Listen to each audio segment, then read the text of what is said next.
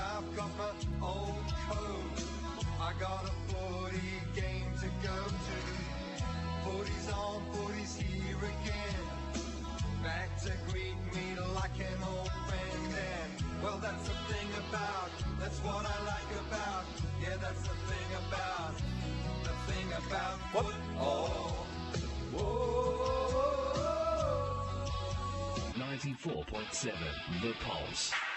Across Geelong, the Surf Coast and Bellarine Peninsula, welcome to the match of the day, broadcast on The Pulse. Now, here to bring all the action to your radio, our team on 94.7 The Pulse. Good afternoon, everybody. Welcome to Keith Barclay Oval, the home of the North Geelong Magpies, and we're looking forward to a good game of football here this afternoon. Unfortunately, the weather gods haven't been with us today. They've decided we go back into some wet weather football, and we're going to get it on and off during the course of the day. But at the moment, ground looks in pretty still good nick. But no doubt, both sides only have one set of boots in their bag, and I reckon there's going to be a fair bit of slipping and sliding going on out there this afternoon. Joining me again this afternoon, Archie Burley. Welcome to you, Arch, and hopefully a good game upcoming. Thanks, Smithy. I do actually quite enjoy the wet weather football conditions. It really shows whose game's in good stead, and sometimes it might be a bit more, crash and bash, but no, that's always good as we come into the June months. It starts to get a bit colder and start to get a few more wet days. You never know, it might be a final or a grand final that has the same conditions this, so you've got to be able to play football in all conditions. Yes, and unfortunately this afternoon, Grubby is not with us this afternoon. He's paying his respect to a mate lost during the week, and he is spending his time at the Werribee Central Football Club, who are doing a bit of a celebration this afternoon up there, and he was going to make the trip down the highway but has decided to stay. But we've got our boss in the box with us this afternoon. Welcome to you, Alex Tagani. Thanks, Dale. And I know when I fill in this chair in the last 12 months, there's usually a Grubby impression, but that won't be the case today. Grubby's lost a great mate. Our footy league's lost a great past player and clubman. Of course, Werribee Central's Paul Podge Morris winning 2 Tansing medals there. And I think it's fitting that Grubby's going to do his best work up there today as a former club president, but down here we get to watch Anakie side who are going to wear the armbands in honour of Podge, of course his son Darren Morris playing for the Roos back in the day. So I'm going to do my best, but I'm sitting next to 2 of the best in the business, so it's not going to be a hard job. I ran into Dan Bumworth the other day, and I didn't make any mention of it. He was in Mother's Day. I said, "What are you doing with yourself now, Dan?" He said, "Believe it or not, I've gone to Lara." Oh, the assistant coach of Lara. I said, "You've taken yourself out of Anakie and you've worked your way to the Lara." He said, "I live in the town now." So he was. He seems happy enough to be obviously being involved in football, but I tell you what, there's some tasks in football that you would take on. That's probably not one of the ones I would take on. I wouldn't think at this moment, but that doesn't matter because we're not worried about what's happening in the GFL. We're looking at what's going ahead in our league, and this afternoon there are a lot of other games going on, and none better than the Lions down at Arctic Park this afternoon. And if it's cold here, it'll be extra cold down there. They take on Corio. Lions at this stage 5-0. Corio with some work to do, as I said. Work very competitive last week after one bad quarter of football in which Werribee kicked 9 goals straight. So I think the final margin was less than 5 goals. So they did work themselves back into it after half time, but injuries is causing them some concern. But the Lions are travelling nicely, Arch. Yeah, exactly right, Smithy. And I mean, obviously Belmont with a great start to the year. Couldn't ask for much more from them. I think we watched them a couple of weeks ago against East Geelong at Belmont's home ground, and you can just see that they weren't always on for their 4 quarters, but when they were on top, they really put it on and put a lot of scoreboard pressure on. So it'll be interesting to see how they go today. Obviously, Corio, a little bit disappointing last week, especially for their premiership reunion. But there is a shining light there. Obviously, seeing Herschel Carr kick 10 goals was very exciting. And it just shows once they get a few more players back from injury, because we know they had a lot of injuries, I think 10 the week before in bind reserves and seniors, then they'll be able to start pushing more depth through and start winning more games. And even though this year might be a bit more of a development year, like Herschel said last week, they're going to come leaps and bounds into the younger players by not having their best team on the park, and that will do them well in the long run. I'm going to fly the flag for Corio, boys. I think this game will be a bit closer than most anticipate. So Herschel Carr, 10 goals, terrific last week. Terrific performance by our play-by-play callers as well. I think that video has had 1,000 clips since it was uploaded on Monday. But I'll make one of many outlandish statements that I'll make today off the bench in this commentary team. I think Herschel's 6 in round 2 against Belmont last year was probably just as impressive as his 10. And the reason being is he kicked 8 after half-time when Werribee had won the game by that stage. You got to look at it. Now, Hirsch, we interviewed Joel and Matty James in the week between round 2 and round 3 last year. Corio, they're 0-2 at that point, but they were really excited because they found a key forward who wasn't an easy match. I think one of you pointed that out last week. He's too small for those really tall lockdown defenders in this competition, but he's too big for those small, annoying tagger defenders as well. So to kick 6 at Winter Reserve, or Braces and Faces Reserve rather, I've got to get it right. It's big. We've seen some great goal kickers in this competition kick some big bags there, and I think Hirsch will kick a big bag there today. Last time they played on that ground as well, Joel Bennett got the 3 Whitley medal votes. I'm not going to say it'll be replicated, but I reckon from what we've seen in Russell Cowan across 3 quarters of every game this year, if he can give us a 4-quarter performance this week, there's every chance he could be the one to watch in the middle.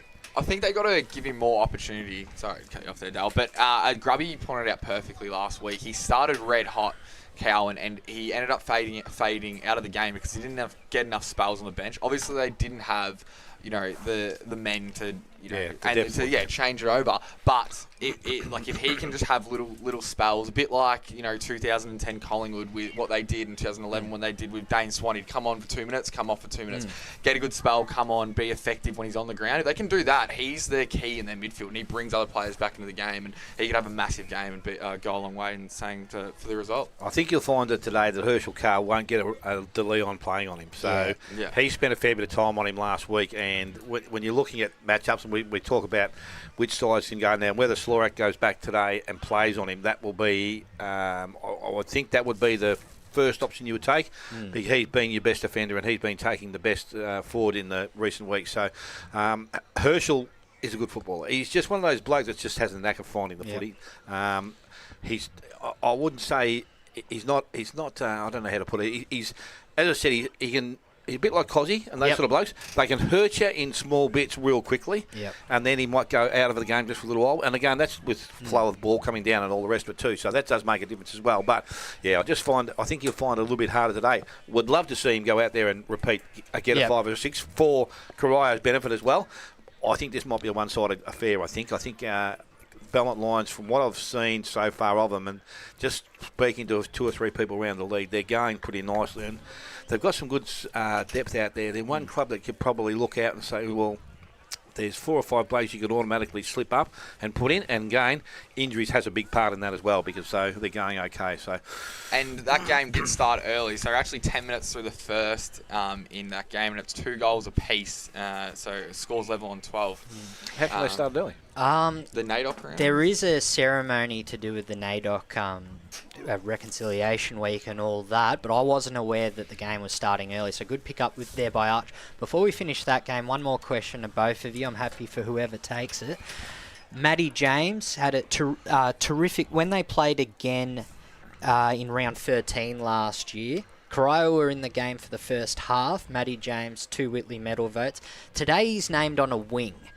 Something tells me he's going to start in the middle, but correct me if my instinct's wrong, boys. I don't think he'll start in the wing. I don't know why you'd have a bloke of that colour. It's like young Jack Hall.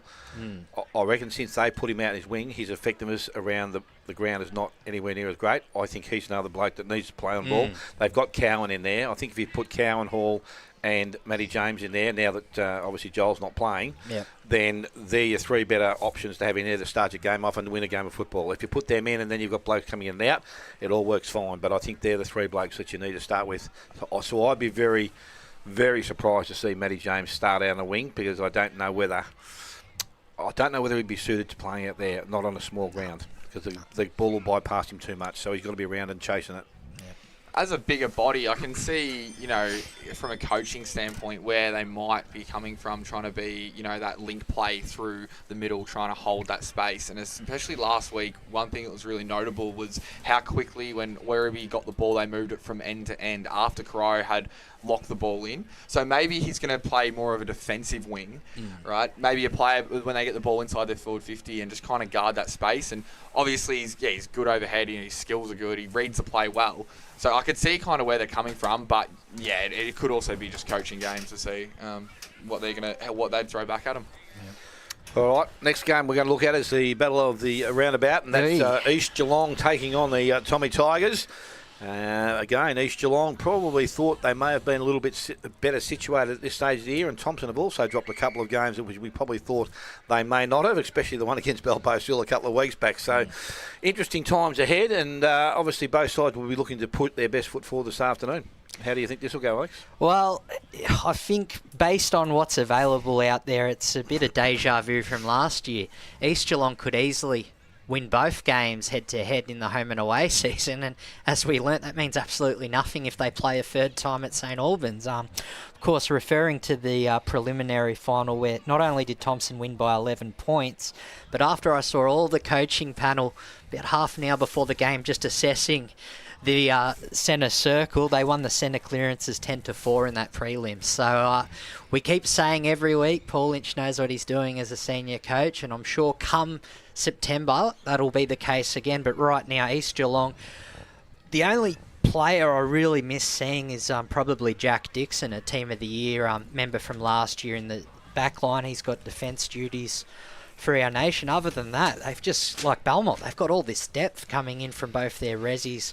And the blokes, just knocking on the door for seniors. So I reckon East comfortably, but I reckon, Arch, a fair bit more what's going on in the visitors' camp at Thompson. East Geelong, before you start though, mate, they are relying pretty much on Smith as a sole forward at the moment. Obviously, Steele did kick 2 goals last week. So again, I just don't know where they're playing. For me, as I said, I'd like to see him back further. But I suppose Caleb Ezard's another tool that they're relying on to come back. I'm not too sure. Yeah, he's medium maybe. So he could be still some weeks away. So they've got to find, obviously, other players that can get involved in the game. They are travelling okay. And it seems to go back to the Thompson. You look at them and Freeman kicks goals. 7 last week. Yeah, and I think between three of them last week they kicked 13 of their 17 or 13 of their 16 goals. So Darcy Tripp was involved in that as well. So they probably need to find a few more avenues, or both sides need to find a few more avenues to goal. Yeah, dead on there, Smithy. But I think Thompson have had quite a harsh run with injuries here. I think there's maybe 4 or 5 in the last week. So they've got a very inexperienced senior side coming up today. A lot of players, young players, just in their 20s, and then a lot, senior players as well, who are, pushing past 30. So it's just that in-between kind of age. Jacob Knight's actually making his return today in the reserves, which is something that we'd love to see. One of the most exciting players in the GDFL, so it'd be great to see him back. Hopefully they haven't pushed him back too early. That was the thing I was going to ask you, mate. Because he was supposed to only come back to play the last 2 or 3 games, qualify, and then play finals. And obviously Paul Lynch knows what he's doing. You hope that if he has to, he's like, he'd have to hold Knight back, basically, Jacob, because he wants to play so much. But, you hope that it doesn't go too early. And then re-injures himself, maybe. There's a lot of difference between running around at training and then actually playing in a game of footy. But you know what? He's even a player. I played with him last year at 50%, and he was still the best player on the ground by far in the reserves. So let's hope that he is he's able to impact the game and that it does him well, get some match fitness up, and then he comes in and plays for Thompson a bit later on. I've got a couple of kids making their debut. You've got Josh Borland, he's played a couple of games before. He's played a few games. Played a couple, in his first game this year after dominating the reserves. You've got Will Burke. Charlie Russell's played a bit there this year. Josh Campbell. A lot of young kind of players. So it'll be interesting to see how they go. Jacko McLeod, obviously. An experienced campaigner. Hopefully his body can hold up. And then Alexander Sev as well, a kid who did get mentioned in, I think we're going to touch on it a bit later on, got selected in the 40-man squad for the Interleague, which is good. So, yeah, look, it's an interesting game. I think East Geelong should win. There's a lot of responsibility on Smith, as it has been the last few weeks. I think, as Smithy said, if they can push Steele further back and to be a deeper forward, it's going to help Smith as well. So, I'll tell you one other thing that's going to help East Geelong's forward line. The fact that one of our league's best defenders called time on his illustrious career in Steve Salajan this week. Not the news we wanted to read, was it, boys? Didn't see that. Alex. Where'd that appear? That appeared 24 hours ago on K-Rock Football. Did his ACL? Oh, did he? Okay. Yeah. What, during the game? Or? Yeah. Yep. So last week injured his knee and... So Dale, he's retiring at 37 years young. Yeah. Well, that's all right. He's 37.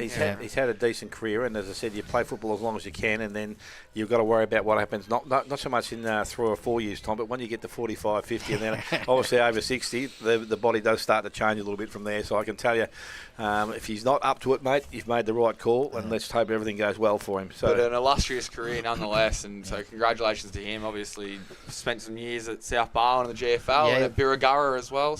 So I got one more question with Thompson's ruck stocks. Now, the 2 home and away games where they lost last year, that is probably the department where Thompson still did dominate. And Cam did really well in that round 2 game you guys broadcast at Thompson last year. Where's he at and who's replacing him? Yeah, so Cam's out ankle. Not sure the severity of it. Hopefully not too long. They'll probably rack Jacko McLeod the game in the ruck, wouldn't Oh, it'd be rough to do to the veteran. Jack Stoneham, who's played quite a bit in the seniors in the past 2 years. He's the reserves ruckman, so he's gone up. So he's named as the main ruckman. So he'll ruck the majority of the day, and then you probably have Darcy Troop to chop him out where possible. But yeah, look, and he can compete as well, and he's good around the ground. So it's not a bad replacement, but obviously Thompson have lost 2 of their ruckmen, so you want to be careful there. I think that's what convinces me for East to win today, the ruck, more so than East forward line, I reckon. Well, when you're taking those sort of blokes out of the game of football, it makes a hell of a difference. As I said, the only thing there, I suppose, is Kamaric. He's starting to find his feet. He looks like he's getting goals and getting involved in games of footy too, so that will be a bonus for them. And obviously, as we know, his aim will be just to make top 5 by the end of the season, so that most of these players can recover and come back and hopefully have another run at it at the good end of the season. Out at Myers Reserve, Belpost Hill, they take on Inverleigh. And again, you get the good Belpost Hill and the bad Belpost Hill at the moment.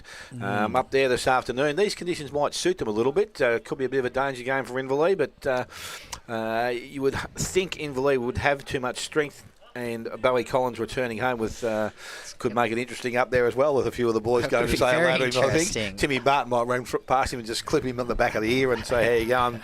Nice to have you back, Bo." But what do you reckon this one, Arch? Well, it's interesting because they had East Geelong had them covered the week before, but then the week before that, Thompson lost to Belpost Hill. So it's very interesting. If you read into it like that, you'd say that Belpost Hill, when they turn up, they can beat anyone really, because they say they beat Werribee as well, which none of us tipped. So no, I think at Belpost Hill, I'll give them a good chance here. And obviously they're relying a lot on their seniority players, but if they get going and they can bring some of the younger kids into the game, then I think it's up for anyone. But now Inverleigh, obviously an up and down season so far. I really like the game of Noah Snezkov. I think we've watched him quite a few times live personally. And in the wet that day, on Anzac Day against Bannockburn, he was so clean, both feet, and had the ball overhead. So it'll be an interesting game. I'm gonna go for Belpost Hill in this one for a slight upset. Alex? I would have gone for Belpost Hill 3 weeks ago in this matchup. I look at the names that did well in this head-to-head last year, and the votes went to Donahue 3 votes, Tyquin 2 votes, and Stoney 1. Is Stoney still playing this season? So you lost two of their main 3 ball winners when they won in round 2, and then And then the star of the show when they met again was Beau Collins. Now that's actually an advantage for Inverleigh this year. So He's playing on the other side. exactly. Right? Yeah. And the reason I'm saying that, not to be a smartass, the performance I saw of Beau Collins on Anzac Day when he won the medal, I thought he did okay. I know you guys were more impressed with, I think it was I was going to say Jared Young than Jared Love, but then when I saw Sneskov kick 5 goals the following week against Werribee, his performance was great, but the performance of Beau Collins on Culliver in the middle was sensational because I rate both of them as ball winners, but what Beau brought to that Inverleigh midfield, and this is again, Guy O'Keefe's still, on the outer, ready to enter that midfield as well. So they're looking very exciting there. My heart says Balpo still in honour of Lukey Mann's 150th game. Of course, you guys called him kicking a goal after the siren against the Hawks a few years back. I saw that pop up on the socials, but is it at Inverleigh? No, Balpo No, it's a Balpo still. Jeez. Yeah, I know, that's the spanner in the works. I'm going for the Hawks by a point then. Yeah, no, I think Inverleigh get the job done. As I said, Cozzy's been kicking goals for them, but again, I thought they might have. Jimmy Barton doesn't seem to be. I'm not too sure whether they're using him. I'm not too sure whether he's playing back or whether he's playing forward. But again, most sides, if you're going to win games of football, you've got to have the blokes up forward to kick those winning scores. So if he's not playing there, I'd be a bit surprised. But guys like they've got some quality there. Dill Whitney's still there. Caleb Basley's still there. These younger blokes that they brought on from last year all having a bit more experience now. Willie Kerrin seems to be playing some good football week in, week out for them. So they've definitely got some. They've still got the class that they need to win games of footy, but the consistency we've found with Balpo still's not there at the moment. So, last week, Dalton Grundle, Casey Meehan, some of the old group of players that were regulars in their better players all played well last week. And if those blokes continue to play well, then they are a bit better side, especially when you put Bowie Collins into that side as well. And he's been mentioned, I think, nearly every week in their better players. So I reckon it'll be a great game out there. And Inverleigh have got to pass players, I think, the 26th or 28th of this month. Yep. So if any of the old boys are listening out there at the moment, let's make sure you get in contact with the club. Mick Filett's a bloke to go to, or Shane Grundle, I think, is being involved this year, so that could be interesting to get that one through for the Inverleigh boys. But, the grubby in me was going to say not only 2 clubs close to your heart today, Dale, but you also coached another 7 or 8 of them, so it doesn't really matter too much. We've had a fair look at a few over the time, but that's part and parcel, a bit of work, travel and all the rest of it. So. That's it. Yes, look, and this afternoon, actually at home, Bannockburn, they take on Winchelsea, and I'd be remiss of me not to say today, but my daughter's playing her 200th game. 200th game for the Bannockburn side, so I hope she gets through it okay. Had a bit of trauma during the week. Her daughter broke a finger and had a bit of surgery on that yesterday, so she's up and about, but she's all good. So there, to my daughter Ash, hope you play well, hope you have a win, and make sure you get home tonight and don't celebrate too hard. So, but Bannockburn taking on Winchelsea at home. Bannockburn going along okay. As I said, both sides middle of the road sides at the present, but games like this is a big swing in points. 4 points either way can make a difference towards the end of the season when you're trying to get into the top 5. Yeah, Bannockburn 2-goal win against Anakie last week. That surprised you guys, or did you guys tip the Tigers leading into that one? No, I tipped Bannockburn. I actually said before the game, if they keep Bosley to 2 goals or less, they will win. Yep. And he kicked 2 goals. So there you go. Yeah. So that. Every week that they've played well and won games of football, Bosley's been heavily involved in goals. So he was, for me, the bloke that, when you sit back and look at results and what goes on, he's the bloke that's now getting them up and running. So if he's not kicking them, they've got blokes around that can do it. Oscar Barter hasn't really got involved heavily on the scoreboard this year. He's one bloke that would need to stand up if they're going to win the game of football. Well, this afternoon, but the game again last week, he didn't get involved in that. So I think their responsibility's heavily on Bosley at the present time. They need to find some other avenues. Yep. Well, I thought they had a couple of narrow losses, maybe 2 earlier in the year, Winchelsea, and then they went out and had a convincing win against Corio, nearly 100 points. That might have said more about Corio than it did Winchelsea though, because obviously, the next week going down to Anakie. So it shows it's such an even comp as well. And I think this is something to testify to is that how lucky we are to be in a comp where we don't actually know who we're going to tip each. Like you look at other leagues around the area and you can kind of pencil in most of the games who's going to win, where we don't know what's going to happen in the GDFL. This is another one of those games, on paper I'd think, it's tough. On paper I'd think that Bannockburn should get the job done, but you think you're going to want to see a response from Winchelsea after Thompson convincingly beat them last week. So I'm actually going to go Winchelsea in probably, not the favourite at all, but I think that, they're going to show a bit after not showing much last week. Yep. Well, your coaching must have worked because, they kept they kept Bosley to 2 goals. The stat that impressed me was it was Bannockburn marks inside 50-14 to Anakie 12, and Bannockburn win by 2 goals. Yep. So even though, I think I've actually noted it here, the disposal difference, we had Anakie 345, Bannockburn 299. So Anakie dominating in the middle, but Ronnie, that wouldn't have phased him one bit. It's like, let him win it out of the middle. Make sure every time it leaves the middle, it goes to one of us, whether it's on that side of the ground or preferably on that side of the ground. We kick a few goals. 1-1 head-to-head record last year, Bannockburn and Winchelsea. Kieran Fulton, the standout in both games, and then Adam Walsh taking 13 marks and 2 votes in the second game. So none of those players are involved. None of them are involved, which means we unearthed some more talent this season, which is another factor why this season's been so entertaining to watch. But based on form, I'm sorry, Beamer, but I'm just going to go for the Tigers by another 2 goals. And just on that, Alex, as well, we did see Bannockburn in the wet on Anzac Day, and they didn't look like they adjusted to the conditions as well as Invalida. It took them a lot longer too. Only the second half they really got their game together. So I think that's another factor we've got to consider. We'll see how Winchelsea go in the wet. Yeah, that'll be interesting to see how they go. As I said, I think Bannockburn at home. Rob Mayborn seems to be getting heavily involved at the moment. He's kicking goals on a regular basis. There's a few other blokes there that probably need to do a little bit more. Tristan Battaglia, whichever I call him, Battaglia. But anyway, he's another bloke that. Speaking just to Ronnie during the week, actually had a quick conversation with him.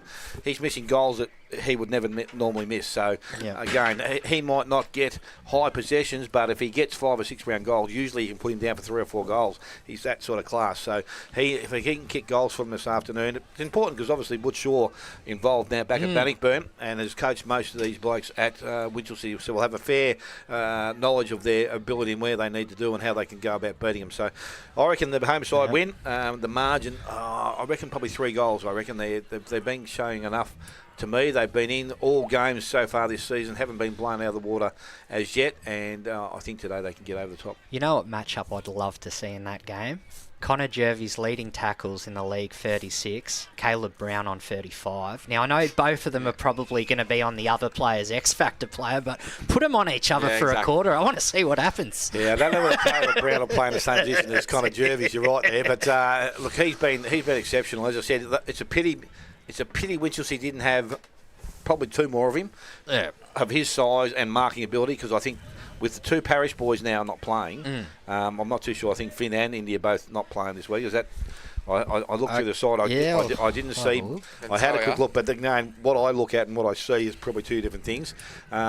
If they're not in the side, well, obviously Finn's not playing because I think he's done a break his hand or something. Cassidy's playing, but that's the only Parish. So I'm pretty sure that was the case. So again, that takes out a bloke that's been kicking goals at one end and your best, midfield or half-back flanker runner, that link player that they've got in their side. So they'll need to cover them off. Just before we finish on that game as well, you mentioned Connor Jervis, and he was the one who really lifted when we went out and saw them Anzac Day, and when he's a bit like their barometer for Bannockburn. When he gets going, he brings his teammates into the game, and he expects a lot from his teammates, but that's because he's the one who's always going in there and giving 100%, putting his head over the ball. So when he has a good game, Bannockburn usually have a good game. Final game this afternoon before we take a look at the game here this afternoon. Werribee take on West. And I would think a fair bit to play for up at Werribee this afternoon. That might get them the job done. As I said, if they can have a quarter of football, actually, to be fair, if they had a kick straight in the first quarter, it could have been a lot worse for Corio at half time. But I think they kicked 6-5 in the first half last week and had plenty of chances that weren't hard shots and could have made, as I said, a big difference. But they'll need to start well against West because they seem to be gradually improving as the season's gone on. Yep. Geelong West, they held North Geelong to their lowest score last week. Defensively, I think West are probably, on that side of the ground, one of the top improvers of the season. But if there's three certainties in life, it's Def, Taxes and Tyler Crennan having an awesome game against the Giants. Is he back in? He's back in. He polled 6 votes in the 2 games against him last year. 28 disposals the first time, 33 disposals and 9 inside 50s the second game. So with Crennan back in, plus what they're playing for, of course, in honour of Podge, sitting in Grubby's seat, I'll have to go for the Centurions. They'll be all inspired because I believe he's giving a bit of a talk to the players before the game. Centurions by 2 goals then. They will be highly motivated. He's probably in there warming the lungs up now. Let's hope it's a short speech and not a long one. Yeah. West, though, I'm really impressed with how they've been competitive in every single game they've played. I don't think they've had a game go more than maybe 5 goals out. They're always around that 3 to 4 goal, and some inaccuracy has cost them on a couple of occasions as well. Obviously sitting at, what are they, 1 game, but I think they're in a better position than what the ladder actually says, and I think they just clean up their game a little bit more. I think when we went out and watched them in round 2 against Winchelsea, you could see they didn't have any key forwards who really dominated the game, but they just had their numbers inside 50 and their pressure created a lot more opportunities. I think obviously Werribee playing for a lot today. I think they should get the job done, but I wouldn't be surprised if Geelong West gave them a run for their money. Werribee, I think Culliver was outstanding last week. I mean, he really showed the player, the calibre of the player that he is. And yeah, they've just got talent everywhere. Stoyes, Chesterman, Carlton played best on ground by far, I thought. And then obviously Saliba as well, the young kid up forward who also made the Interleague squad. So well done to him. So both sides 1 and 4. Dale, who wins it? Well, as I said, it's probably one of those games. Your home ground advantage has got to take some little bit of, as I said, I'm not too sure the record with West travelling up there, whether they've been able to beat them. They've remained in games. Alex Blair is obviously now kicking goals for them. So, again, avenues to goal from probably have been pretty limited. They've had, is it Sonderveld or something? I think his name is. He's been in their better players. And, again, pulling in the ruck has been good.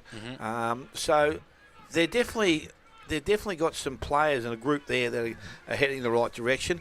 Whether they're up to beating Werribee up there this afternoon, I just don't think they can, not just yet. I think they've got too much, as I said, I think too much to play for one, and I think they'll be out there giving their very best. So it should be a good contest, but I reckon they'll get over the line. And as I said, with Tyler Crennan coming back into that midfield group, it does make them just that little bit stronger again. So I think that'll be a fair call there. This afternoon, as I said, we're looking at our match day live game here this afternoon. North Geelong taking on Anakie. And looking through both sides, there's a few changes that I haven't seen. Benjamin Arabit has come into their side. I'm not too sure where he prevails from. Alex, you might have something on that. But it's good to see Charlie Farrell back playing football at this level. As I said, he is. We spoke a couple of weeks back about players you'd want to go and see playing football when they're up and running. This kid can play football. Unfortunately, injuries has knocked his football career around, and I'm hoping now that he gets himself right, or he is right, and he can get through games of football, because with the group they've got together now, with the players they've been able to put back into this side, and obviously with Pete's son coming across as now Oscar Riccardi, they've got a good balance of everything now, with Tommy Davis back in the ruck. Paramonov's not playing today, but he's another bloke that I think adds to this side with his height, being able to play in the ruck, which they haven't had over the last 2 or 3 years. And obviously, I firmly believe that Peter Riccardi has been able to change the attitude out here at North Geelong, because I reckon the last couple of years prior, he worked on it last year, but I reckon he's finally got through to him what he wants and what he expects from a group of players. And I think now they're all on board and ready to go. Well said, Smithy. And I think you could nearly say it's very similar last year what North Geelong had to Corio this year. It's more of a building year. Obviously, Corio have been hurt by injuries, but North Geelong was big on trying to get their culture right. We know that, and obviously Peter's done a great job there. And now they're starting to win games of football, and it's a place you want to be. Like, it's a place you want to go play. You want to turn up the training, good numbers to training, people wanting to be around the club. So yeah, all the signs are pretty good for North Geelong. It's been a bit of hype around Oscar. I came here 6 o'clock Thursday night. I reckon 2/3 of the ground were the Oz kickers, which is a good sign for the growth of the club. And I reckon 40% of those Oz kickers were whispering to each other, which one's Oscar Riccardi? You know, I'm sure, Dale, when you were playing for Geelong, the young little leaguers were doing the same thing for you. I don't think that would have been a name coming across their lips. But nonetheless, you then go into the rooms 2 hours later, the sides are read out, and you look at the 3 inclusions. Paddy Cleary, one of my favourite players, some bloke I reckon would be a walk into the team of the year back 6. Oscar Riccardi, the one that's had all the media, but the one inside the rooms they were genuinely happy about, you hit the nail on the head, was Charlie Farrell. We've seen him win a BOG in an under-18 grand final. He's been here for a decade when North have been out of the 5. He missed out last year. And the other stat I want to put out there to all of our devoted listeners, since North lost to Anakie round 13 last year, they've got a 9-1 record. They've only lost to Banno. That is red-hot form. Charlie Farrell's watched those 10 games. He wants to be in there, and that's going to be very exciting to watch from the home side's point of view. Yeah, no, I think he adds. Well, I'm hoping he will add a fair bit to this side coming back in. And obviously, just to have him in the side, as you said, Alex, up there Thursday night. A lot of blokes really keen to see him back and playing some good football. So they're going along pretty nice at the moment. They've got a pretty, as I said, the balance. I think they've got it pretty well right now. They've been able to bring blokes in that can help out up forward. You know, Bryce Brockenshire is one of those blokes that continues to run from the half-back line or from the back pocket. Sam Reynolds has been pretty reliable over a number of years, but as I said, just having Tom Davis back in with someone that's actually over 5'8" or 6 foot, Collingwood 6 foot as they want to call them, have that being able to run around in your ruck division and then have some backup definitely changes the way they play their game of footy. One of my favourite players, Smithy and Alex, is actually number 37, Noah Penny. Used to watch him in the junior days, and he's come up through the ranks. He used to play at Torquay, and then he ended up at Geelong West, and played last year here, I think, and then this is his second year. And he's a smaller bloke, would only be 165, 170 centimetres, and plays off the half-back line and also on the wing. Very quick, good skills, good overhead. And I saw him versus Thompson out here last year, and he got on top and really changed the game for North Geelong, so he's one to watch as well. Yep. Last time they met, for all of our listeners, it was Anakie 14-7-101 at Anakie. You guys were there, defeating North Geelong 10-10-70. But I'll put an asterisk on that game. Reason being, North Geelong lost Jackson Jewell in the first minute or two. I don't know if you recall. Yeah, he got knocked out. He did, and that was season over for him. What spurred Anakie on that day? Because this is a complete different lineup we're going to look at. Only 11 players from that day in round 13 are going to be playing this afternoon. I went into the rooms because it was their past players' day. And, of course, Daryl Bissett did the rev up. And he said, and I know this is the most cliche pre-game speech, but I'm going to repeat it. Boys, you guys are 4 players away from playing finals next year. If you think you're in the bottom 4, today's your day to lift, right? I think that speech has been used by every second coach for the last 70 years of Aussie rules footy. Nonetheless, it got him over the line.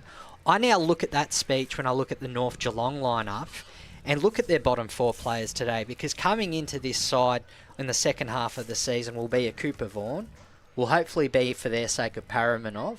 Damien Fazio's got his wedding, so he's not in the lineup. Has he played much during the course of the year?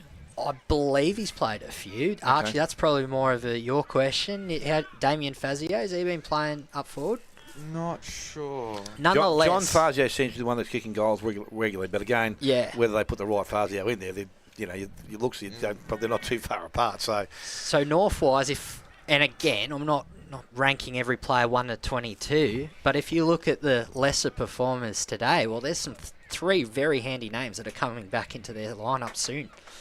Terry Seros, where is he from? I haven't heard that. I don't know. Does anyone know where he's from? Well, that's good, mate. If you can do that for me, he's another bloke that I'm not familiar with. So, and while you're doing that, guys, I can answer your question earlier about Belmont and Corio starting early. It's because the ground is playing host to a women's game starting at 4:15. So that's why they've scheduled it a bit differently this afternoon. Terry Tesseros is from the Colac and District Football League. Played for Apollo Bay last year. Okay. Well, there you go. So I don't know whether he's big, small or otherwise, but we'll obviously find that out when we can see him out in the ground doing the warm-up. We might take a short break and then come back. We might have a quick look at the Interleague game coming up and the squad. You're listening to 94.7 The Pulse, your home of local football.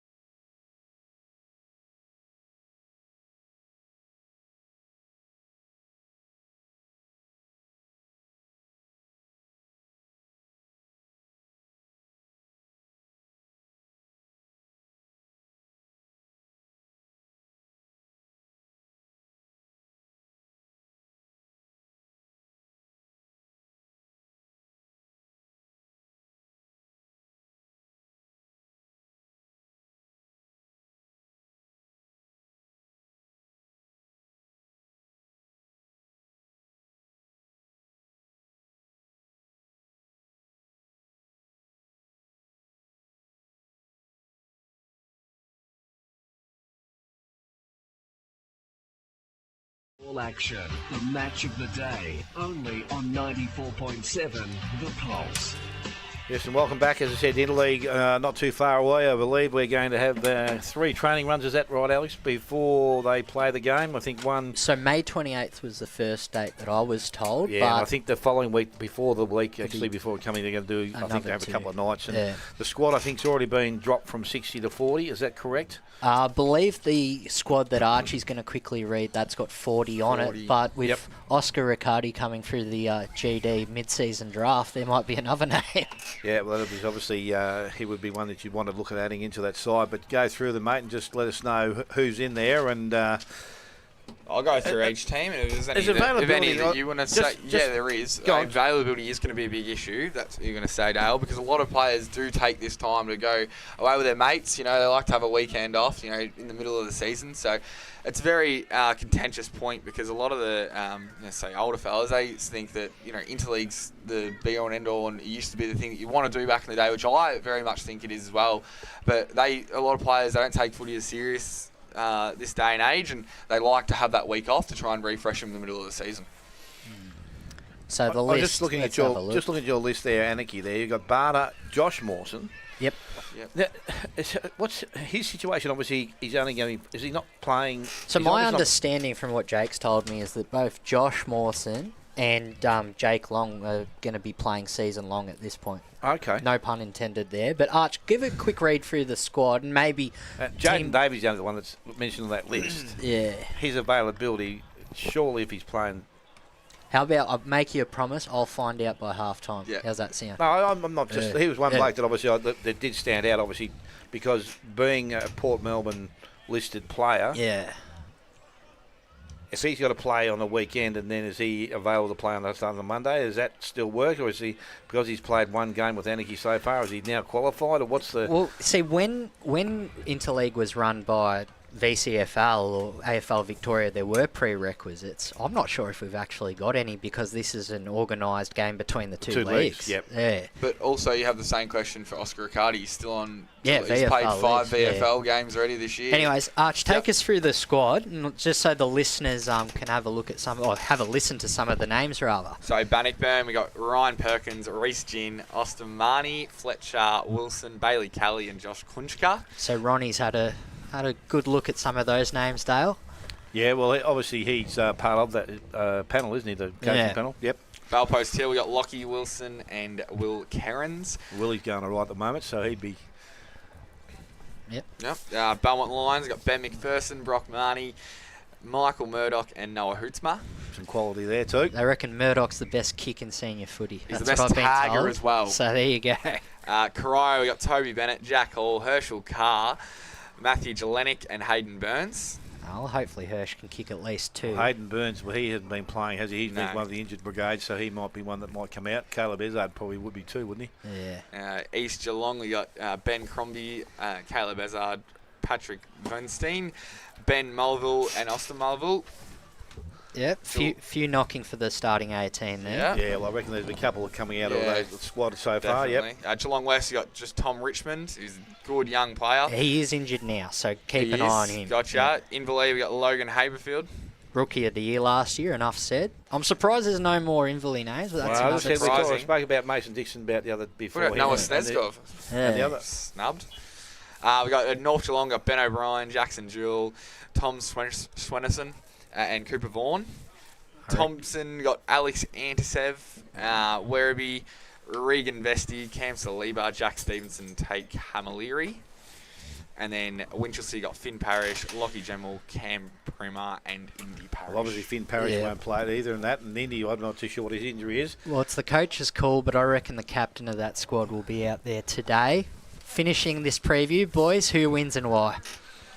I think North Geelong win because when you're 5-0 and you're playing the footy you are, I don't think it takes too much to say that's not a hard selection. So I might be stating the obvious, but I think they've got a good balance at the moment, and even with a couple of blokes out, they've been able to bring in 3 quality blokes today. So When you're 5-0 playing at home and you bring in someone the quality of Oscar Riccardi, you can't tip against them. So All right. North Geelong by 4 goals. Well, I'll go for Anakie in honour of Podge. Have a good call, boys. righto, mate, all the best, and here we go. Final, the siren has sounded, and ball is in the air. Ruckman will go at it. Davis, Barter doing the ruck work. Ball from the middle of the ground comes out. Swenison can't pick the ball up, but he's got support around him. Comes out towards centre wing. Handball goes out the back, looking for and will fly and Gillett. He was tackled, brought down on the tackle. They continue to run, picked up by Swenison again. I'm not too sure how he got rid of that ball. Umpire said it was okay. Now there is a pile up of players, and a ball will come back to the umpire and Jordan Purcell. Also looking forward to see him play, knowing the family or the part of the family group from North Shore. I reckon he might be able to play as well. So the ball now from the middle of the ground. George kicks the ball into their forward line. It's working hard down there. It's Detman. He can't. We won possession of it. Gave it to Sim. Little chip over the top. Didn't hit the target. Davis missed it. Barter's there. He paddles towards centre wing. Again, some hard work being done out on the far side. Picked up by Gerard. Goes over the top. Looking for his teammate there, McLaughlin. Has plenty of time. Just needs to pick the ball up. Does so. Has time. Looks up. Gee, dangerous kick is coming from defence. That was Ben O'Brien. He's able to pull a spoil on Arabit. And the ball has gone over the boundary line. We're going to have a throw in. So in between centre wing and the half forward line, Anakie attacking in, and we're looking at the beach side or the Waterfront. waterfront wing. Yeah, waterside wing, whatever you want to call it. The Bay. There's usually a bit boggy out that side of the ground. The ground just seems to be a little bit wetter on that far side. The ball thrown back in. Davis front position. Barter trying to push him under it. Over the top. Ball comes down. Picked up Swenison. Goes out the back. Good work out to Desnoy. Can't believe he's not in the squad either. I'm not too sure why Riccardi hasn't put him in. But now with Blake Miller, he runs the ball over the boundary line. And we are going to have a throw in which will take place. So Desnoy is on holiday in Vietnam that weekend. Well, that's probably why he's not playing in the squad. So again, umpire throws the ball back in again. Davis sees the ball out the back, went after it, but it's picked up out there. Handball's good there from Sharp. He's got his teammates involved now. Dalhouse through the middle to Gerard. They're the blokes you want to have the ball in the hand. He goes into their forward line. And Bosley can't take the mark. Gerard follows up. Sees a player wide. Will use it. And again, clever kick. Mark has been taken out there, and McLaughlin has the ball. So he's just outside their forward 50. They've moved the ball nicely into their forward line. I'm not too sure what was going on back there, but both players hit the ground. Ball now in dispute, picked up out there. Swenison gets the handball up over the top. No, to Desnoy. Gee, he did that nicely too. Picks it up and goes back towards centre wing. Miller leads in the race for the ball. Needs to pick it up but can't, and the ball runs back over the boundary line. We're going to have another throw in far side of the ground. It's 3 minutes into the first quarter. Buckley's Entertainment Centre scoreboard. Both sides are yet to score. Ball in on the far side of the ground here. Both ruckmen go at it. Davis trying to get the ball over the back, couldn't quite. Ends up in the hands of Anakie. They're going to go forward here through Dullhouse. Can he find a target just over the head? Here's their opportunity, Anakie, to kick the first goal. I think it's Milne. Gathers the ball, slips over, comes back out to Long now. Long gathers, taken, was it high? Umpire says play on, and the ball ends up out of bounds. So we'll have a ball in 15 metres out from Anakie's goal. Hot footy early. In these conditions, ball, no rain at the moment, but very greasy out there. Bit slippery. Don't think too many players have the long stops in as the ball's back in now. 15 metres out from Anakie's goal. Ball was tapped down into the path and coming back the other way, but it's gone in the path of Gerard.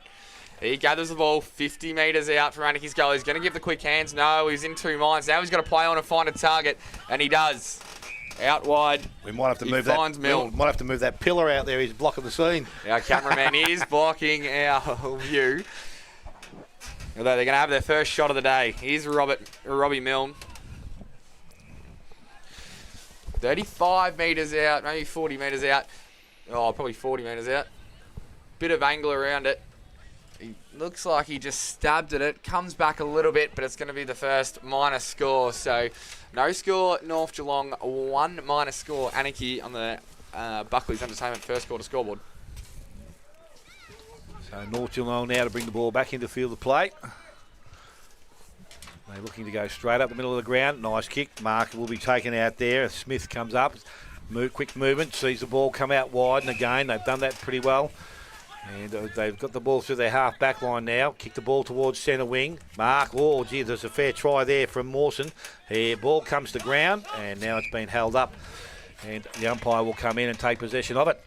Well, we talk a lot about how much footy Luke Dullhouse is winning in the middle, but if you look at Josh Morse in the last 2 weeks against Winch and Bannockburn, he's been sensational. Another player to look at for Interleague starting lineup. Ball from that ruck contest, picked up out there, and it's tried to be pushed through by Henderson. He's tackled and brought to ground. And again, umpire will come in. Barter doing some more ruck work here. Up against Davis. Ball comes out of that ruck contest, runs back, but wasn't picked up there by George, left behind. And again, with a number of players around the contest, we're going to see the umpire come in once again. So ball with the umpire thrown up. Davis takes it out of the ruck, tries to get rid of it. Did that okay, went to Jewel. Jewel gets the ball onto Riccardi, goes towards centre wing. And again, Mark not taken there. Sam Reynolds playing an unusual role up forward. I was going to tell you, Dale, they put him on centre half forward on the Magnets on Thursday, and they actually asked, what's the broadcast team's reactions going to be to that one? So well, you don't see him down that end of the ground too much. Let me watch half a game of football, and I'll tell you what I reckon it moves, whether it pays off. But he presents well there and nicely, and Reynolds now takes the mark. Just attacking side of centre wing. Players running past. He decides to kick the ball in. Blake Miller. Gee, I reckon that might have been off the ground there. Might have been a bump ball. Yeah, could have been. Umpire would have be looking for the camera, I reckon. So he's just outside range, although he has been a good kicker of the football. Wouldn't be surprised he wants to launch this ball. He's asked to now. Long goes in the direction of Fazio. Ball won't get to him. Ball comes to ground, picked up. Dalhouse flips it out the side to Goodwin. Ball now turns around. They're going backward, but they can maintain possession of the ball. Cross it, kicks the ball out wide. Sim stands under it. Doesn't take the mark. And the ball goes over the boundary line. Arabet, was it? Sorry. Far side. So it's going to be a ball or throw in from the forward 50, far side from where we sit. Both ruckmen have obviously still pushed down. They're still doing most of the work. Again, front position. Tap down there. North Geelong emerge with the ball. Picked up out there. Reckon that might have been Brockenshire. That's a change too. He's in attack as well. So I'm used to seeing him run from defence. Get himself tied up there. Mawson it is, I think, now with the ball. Half back line, little short kick is okay. Mark taken. Umpire said it wasn't far enough. And has asked the player to continue on. Ball goes back towards centre wing. Again, running onto it. Gerard just needs to pick the ball up. Got a player inside and Dalhouse. He uses his teammate outside. They try to push the ball into their forward line, but it's going to come back the other way. It was nicely done out there by O'Brien. Looks inside and finds Swennerson. This is Thomas. Ball goes short again. He's got Jewel in space by himself, so they work the ball forward again. Reynolds in some nice space once again. Where the Lenoke stops and go? Out wide to a bib, and he's taken the mark. Outside forward 50. Options back inside. He's got options 2 there. Goes to Jewel. He handballs over the top to Swennerson. Little chip forward again. This time, ball doesn't hit the target. teammate in Seros picks the ball up, handballs wide, and the ball is kicked straight through, and that is Charlie Farrell. He's missed it offline, and that will bring up their first score of the afternoon. Both sides, Anakie and North Geelong, are one soldier behind. Well, that would have been a very handy return to senior footy after 18 months. Around the grounds, Belmont absolutely dominating Corio, but the other one that's caught my attention, Bannockburn 3 straight goals, Winchelsea yet to score. Good results early there, entertaining games. The ball was kicked out by Gavin and the ball's punched out of bounds. We'll have another ball in. Just in front of us. Defensive side of the 54 Anakie here. Ball in now. Ruckman fight from front position. Davis got the ball over the back. It's going to come in the path across it. He gathers the ball, tries to get a handball out. Coming back the other way was Desnoy. And it's going to be a free kick. Here's Desnoy. Can he find someone inside 50? He goes. He does. He's going to give the handball quickly. Comes out to Riccardi. Here's Oscar Riccardi. His first kick. Oh, just across the face. There's still a chance, though, for North Geelong. Now, Anakie are going to go out the outer side. They've got numbers, then gather the ball. Coming back, though. Very well done by Henderson. Can he find a target inside 50? No, he can't. Although it ends up in the hands of Jewel. Gets a handball over, trying to get to Riccardi, and he gets wrapped up straight away. So... hot footy at the moment, 30 metres out. Oh, and he's given the high. So it's going to be a free kick for North Geelong. No more than 25 metres out, directly in the front to kick the first goal of the day. Nerves, first goal in club colours, if you can nail it, boys. His first kick, Oscar Riccardi, was just across the face. Good opportunity. This one is even better. You'd tip a player of his calibre to go back and drill this. First game in the GDFL. VFL listed player. Oscar Riccardi goes back. Looks all right. He's kicked it. North Geelong kicked the first. 1-1-7 to 1 behind Anakie. 10 minutes gone on the Bucklers Entertainment first quarter scoreboard. Yeah, look, it's not panic stations yet for Anakie. I remember round 2 last year. Anakie had all the ball on that end, the opening 3 goals, and it was North Geelong that prevailed. Archie, one for you, given Oscar Riccardi's just kicked that goal. Which AFL players played the most games in the number 51 jumper? Oh, number 51. Played for the Bulldogs, the Brisbane Bears, and the Brisbane Lions. Oh. Nickname Magic. Yeah, you put me on this. Magic McLean. Magic McLean, all over it, Dale. No chance. All over it. He probably retired before I was born, so. Possibly. Back in the middle now, though. Davis over the top. Comes to the path of Desnoy. It might have been. No, the ball gets out now. A couple of players jump on top of it. Bit hard to get the ball out of the middle. There's Desnoy now. Gets the handball out. It gets it to Smith. Smith, can he get the ball going forward? Oh, it was well done, Crafty. And then he got it quickly to Purcell. And then Purcell got it on inside 50, but well marked in defence by Gavin. So Anakie now just got to control this game. They go straight up the guts. Risky kick. Gets cut off now. North Geelong got all the momentum in this first quarter. They're going to go inside 50. Well, the players went down. They're just going to take their time. Kick. Good mark taken out wide. Nearly cutting it off. Here's Smith. He's going to send the ball inside 50 for North Geelong. It's a care not to the favour, although it gets out the back. Still a chance here. It might go out of bounds. No, Anakie might decide to keep the ball in. Oh, it's a good tackle, though. Pressure here. Handball. It wasn't the best handball by Roberts, and the ball's going to be wrapped up. We'll have a stoppage no more than 15 out. So 1-1-7 to... 1 behind in the Buckley Entertainment first quarter scoreboard. Ball now, ruck contest, tap down, picked up out there. Mawson got the handball over the top.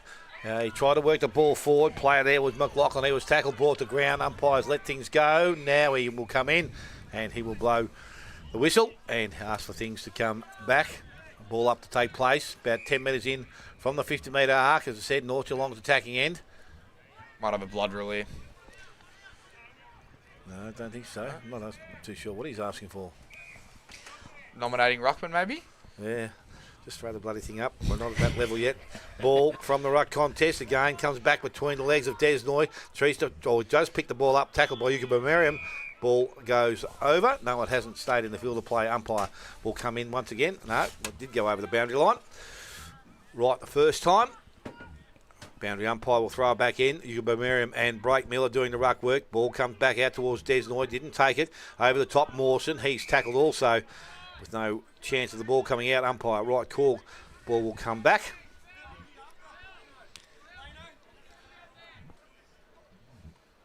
Same ruckman. They going at it once again. Miller again. Strength gets the ball out. Goes towards Long. Picks the ball up. Got some support out the back. Went to McLaughlin. He's running the wrong way. Oh, actually, the ball turned over there to Brockenshire. It was, I think. He was Nonetheless. knocked off his feet then as he kicked the ball. Insufficient attempt, was that? Or was it on the full? Well, look, No, there was definitely a free kick down the field. This umpire Tatnall, this is his 589th game, so he's remaining composed with that decision.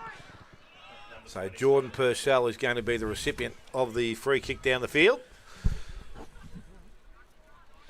He's looking to pass the ball off, but I reckon he's going to take the shot. Does so on the left boot. He likes it as soon as he left the boot.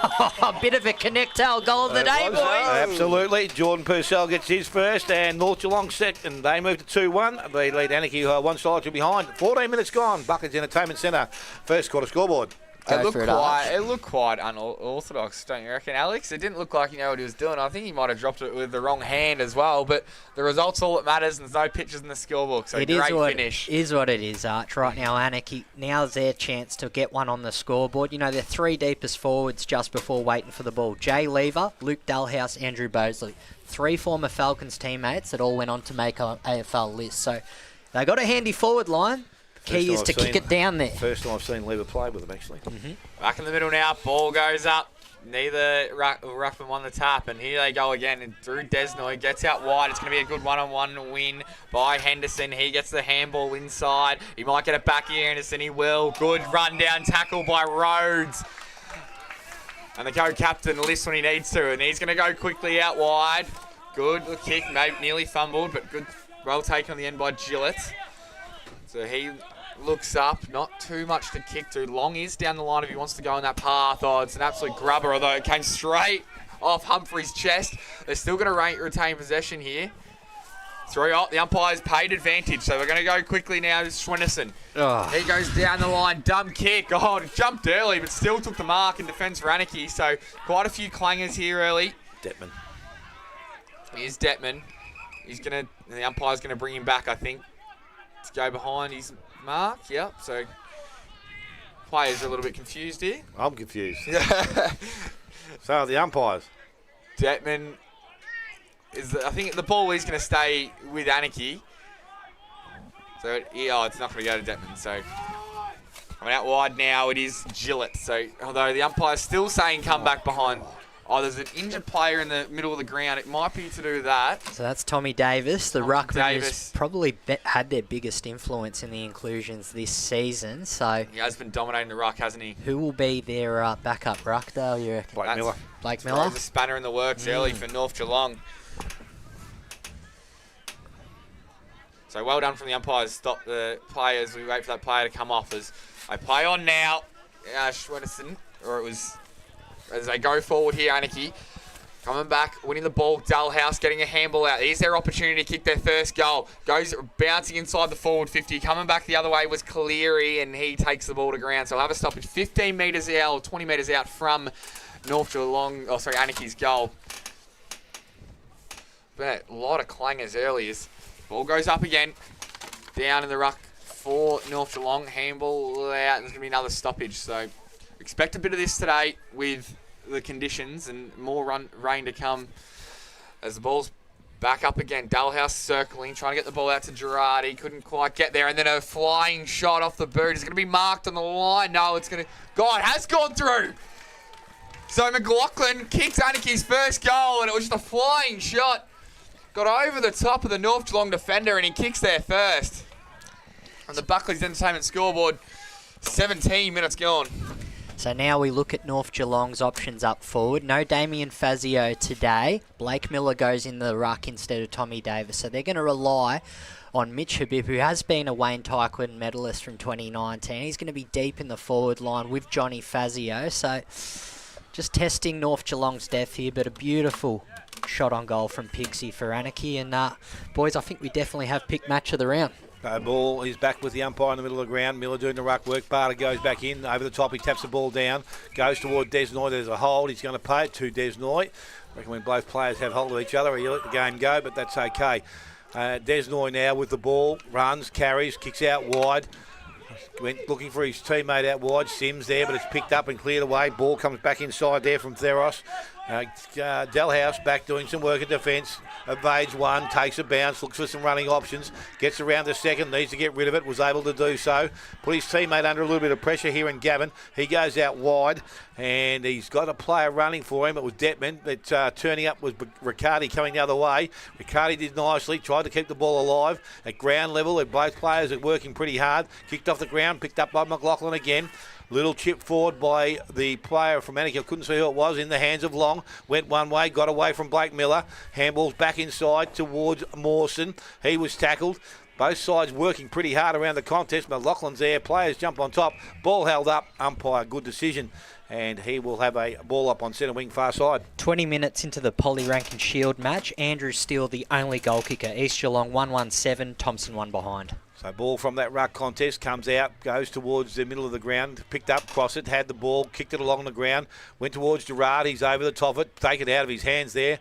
I'm not too sure who that was by, but the ball now works outside the contest again. Crossed it, had a fresh air shot, picked up again.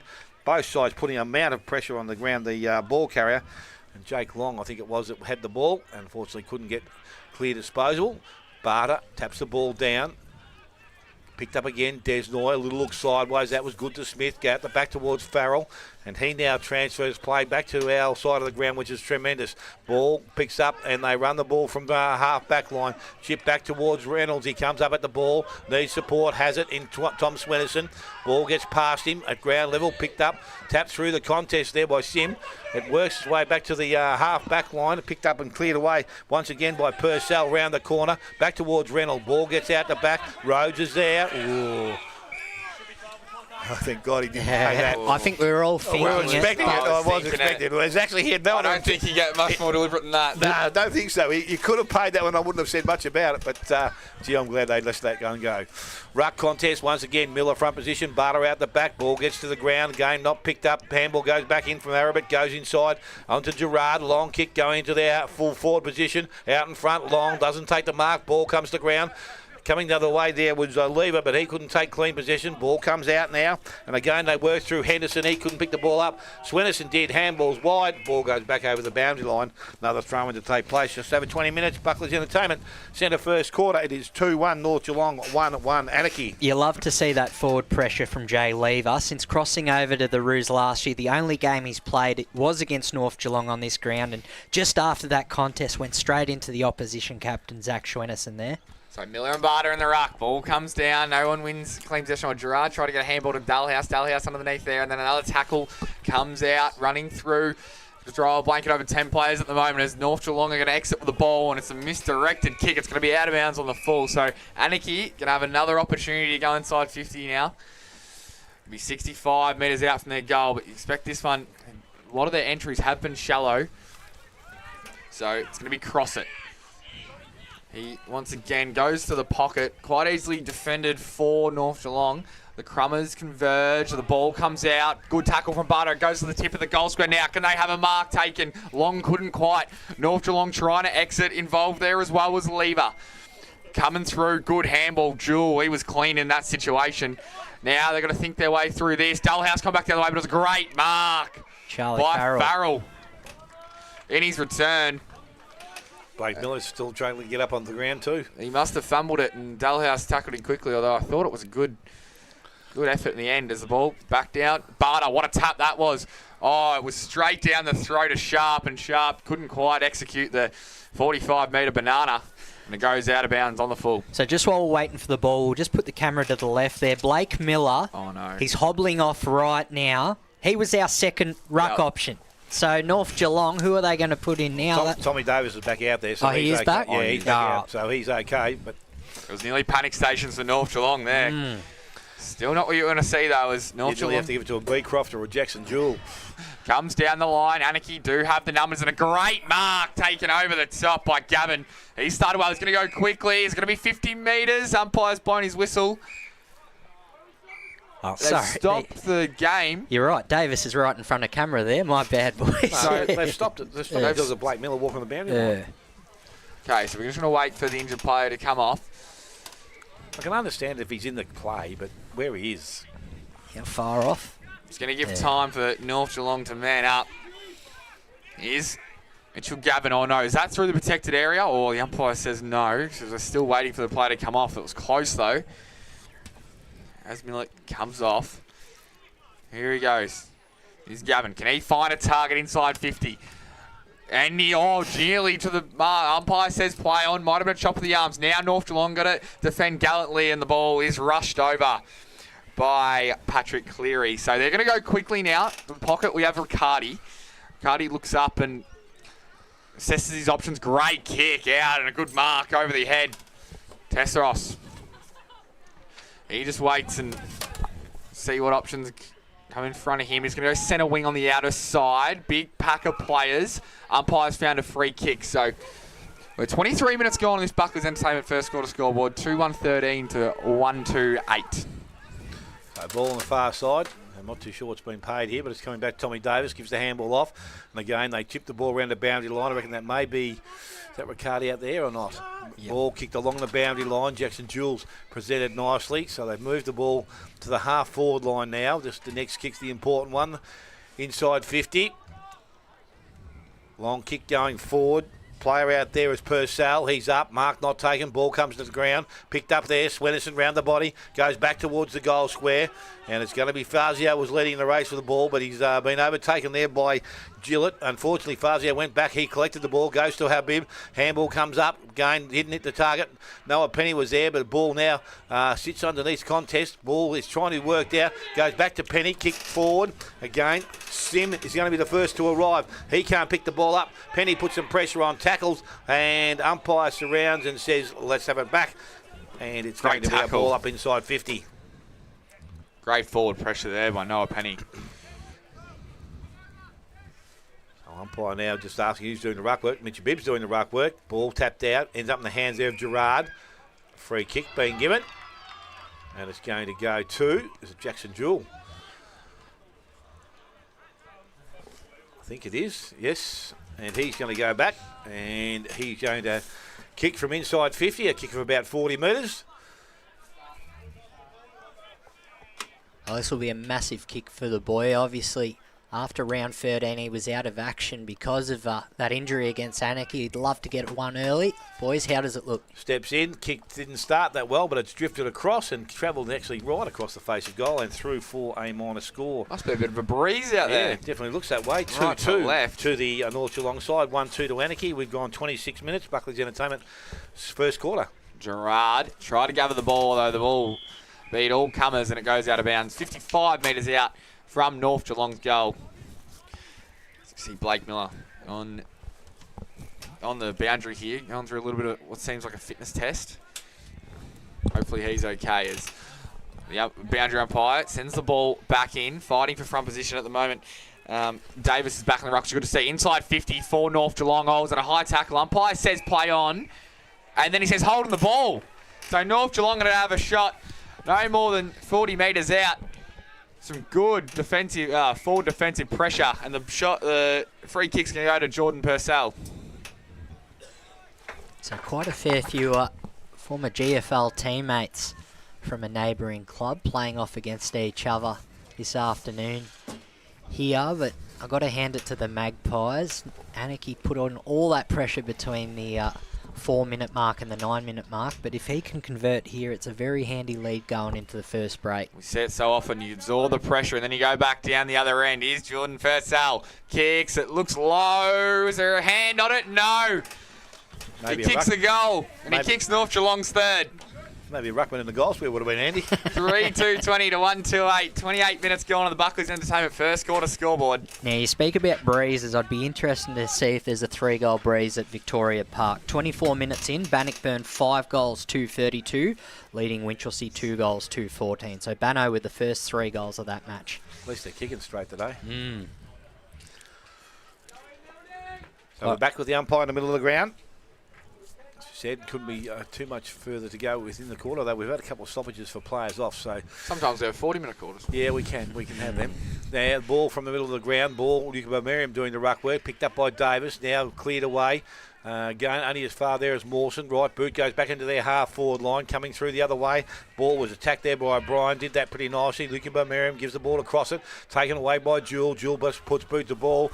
And Sim has found himself in a nice place, and he will take possession of it. So he's got some options back inside at the stage. He hasn't looked across the ground. He does now, but ignores that and decides to go straight down the field of play into their half-forward line. Coming out, Bosley. Ball gets out the back into the hands of Dalhouse. Runs inside 50. Chips up towards Barter. Tries to take the one-handed there. Zach Swinnerson arrives. They tap the ball. Barter did nicely. Trapped the ball. Fed it out the back. North Geelong with some numbers back in support, though. And they've done that pretty nicely. Ball is cleared away. Go back outside 50. Missed Desnoy. And the ball goes out of bounds on the full. And there will be a free kick going to Anakie side. Move the ball in quickly. Good spoil again. Again, they're going to recharge and go long this time. Gerard back into their forward line. Barter couldn't get to the contest, and it's tapped over the boundary line. Have a throw in about 5 metres around from the behind post. So I just have to relay the message from our cameraman and championship golfer, Brad. There's a 3 to 4 goal breeze to the left, so Anakie need to capitalise before this first break. And there is more rain to come soon, so the ball thrown back in. This time Davis over the top. Ball comes to the front of the contest, and unfortunately without any chance, Beecroft will hand the ball back to the umpire. Another ball up very quickly again. Davis front position, tries to tap the ball backwards. Comes back towards his teammate there in George, but he was tackled. And again, umpires called for it back once again. So third time lucky this time. Ball again. This time Davis over the top, goes to Jewel. Has been prominent to Zach Swinnerson. Goes outside 50. That's a nice weighted kick. Unfortunately, Reynolds couldn't take the mark, and the ball's gone back over the boundary line for another throw-in on the far side of the ground. just looking at the radar here, boys, it looks like the rain actually could miss us, so we could get a bit lucky. All reports that at the moment at East Geelong Richmond Reserve that they're actually getting quite a bit of rain, so we might get lucky. Might go around the round us a bit around this area, so thrown back in once again. Davis front position, takes it out of the contest, goes to Jewel. Jewel quickly on the boot, goes towards Reynolds. Gain didn't take the mark. Ball picked up there by Penny. It was turned around though, going back the other way. North Geelong go back through their teammates and then works the ball back towards the centre of the ground. Coming out, the numbers again, North Geelong seem to have them everywhere. The kick into the forward line wasn't great. Desnoy went back, had 2 or 3 goes at it. Umpire said he's going to pay it, and Rory Desnoy will be the recipient. Probably just outside range, had Fazio deep in the goal square, but did the right thing. Taking it upon himself now to go back and finish his job. He did have Fazio for an eternity. The kick wasn't great, which means he couldn't gather the ball and go quickly. But, I mean, in the end, it's probably better doing this than, giving the responsibility off when you don't see the kick at the start. So Desnoy, as we know, we're kicking back into a bit of a breeze here. And by the looks of it, it'll take it from the right-hand post across. From about 40 metres out, almost directly in front. Kicks that goal. Looks nice off the boot. Has come back, and he has finished that nicely. And North Geelong now have their 4th. They move to 4-2. They lead Anakie on 1-2. We've ticked over 31 minutes. Buckley's Entertainment Centre, first quarter scoreboard. And it's funny because I don't think this margin actually reflects the 31 minutes we've just seen of footy. It's just North Geelong. They've been a lot more crafty with the footy. They've conquered Anakie last year. Again, both different lineups in that uncontested mark stat. And again, we're seeing it when they enter forward. Anakie enter the forward line right now. It's crash and bash. North Geelong do it. It's an uncontested mark in front of goal. And there could have been a second one, Archie. I saw you at the edge of your seat. Johnny Fazio was ready for it. But thankfully, Rory Desnoy is a very accurate kick at goal. Took the opportunity and made the most of it as we're back in the middle now. Winning the ball out of the middle is Schwennerson for North Geelong. They go forward again here. Got an extra long quarter. Desnoy got the ball forward. Now the ball goes inside 50 for North Geelong. Desnoy has to beat 2, does very well, gets it to Penny. Penny beats 1, throws it on the boot. Can we have a mark? No. Good fist coming from behind, although the pressure is still on here. North Geelong pressing right at the tip of the goal line here for North Geelong. Trying to rush it through is Anakie, and they do. So, minus score 4-3-27 to 1-2-8. 33 minutes gone in this first quarter, brought to you by Buckley's Entertainment. The ball's kicked back up now and straight into the arms of the ruckman, which is Davis. Davis, great kick, finds an open man. And they're going to have another shot here to kick their 5th goal. North Geelong. Sammy Reynolds. Now, this is something I haven't seen before. I know. So I can't even give any opinion here. I don't know whether the distance or the accuracy will be the problem. Not a known goal kicker? Well, he usually plays back. He's usually a backman. But he's been thrown forward, so they've obviously seen him do something that we haven't. We'll soon find out, mate. We'll see how this goes. You have to kick it 45, 50 metres with the breeze coming against him. Sammy Reynolds. It's not a bad-looking kick as the siren goes. There's going to be no score. So 33 minutes gone in that first quarter, brought to you by Buckley's Entertainment. 4-3-27 to 1-2-8 Anakie. It might seem to be a lot closer than the scoreboard reflected, Alex.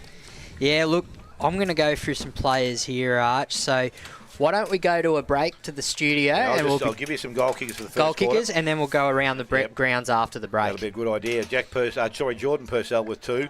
Desnoy and Riccardi both with 1. Hold on. There we go. We've missed something there. But Fazio's kicked a goal, so it's now 5-3, and I'm not too sure why after all that. But anyway, the score's gone on the board, so it's 5-3 now, North Geelong, 1-2 to Anakie. And the goal kickers have changed after the siren. Desnoy 1, Purcell 2, Fazio and Riccardi 1 each, and the solitary goal kicker is McLaughlin for Anakie. Take a short break, come back, scores from around the ground. You're listening to 94.7 The Pulse, your home of local football.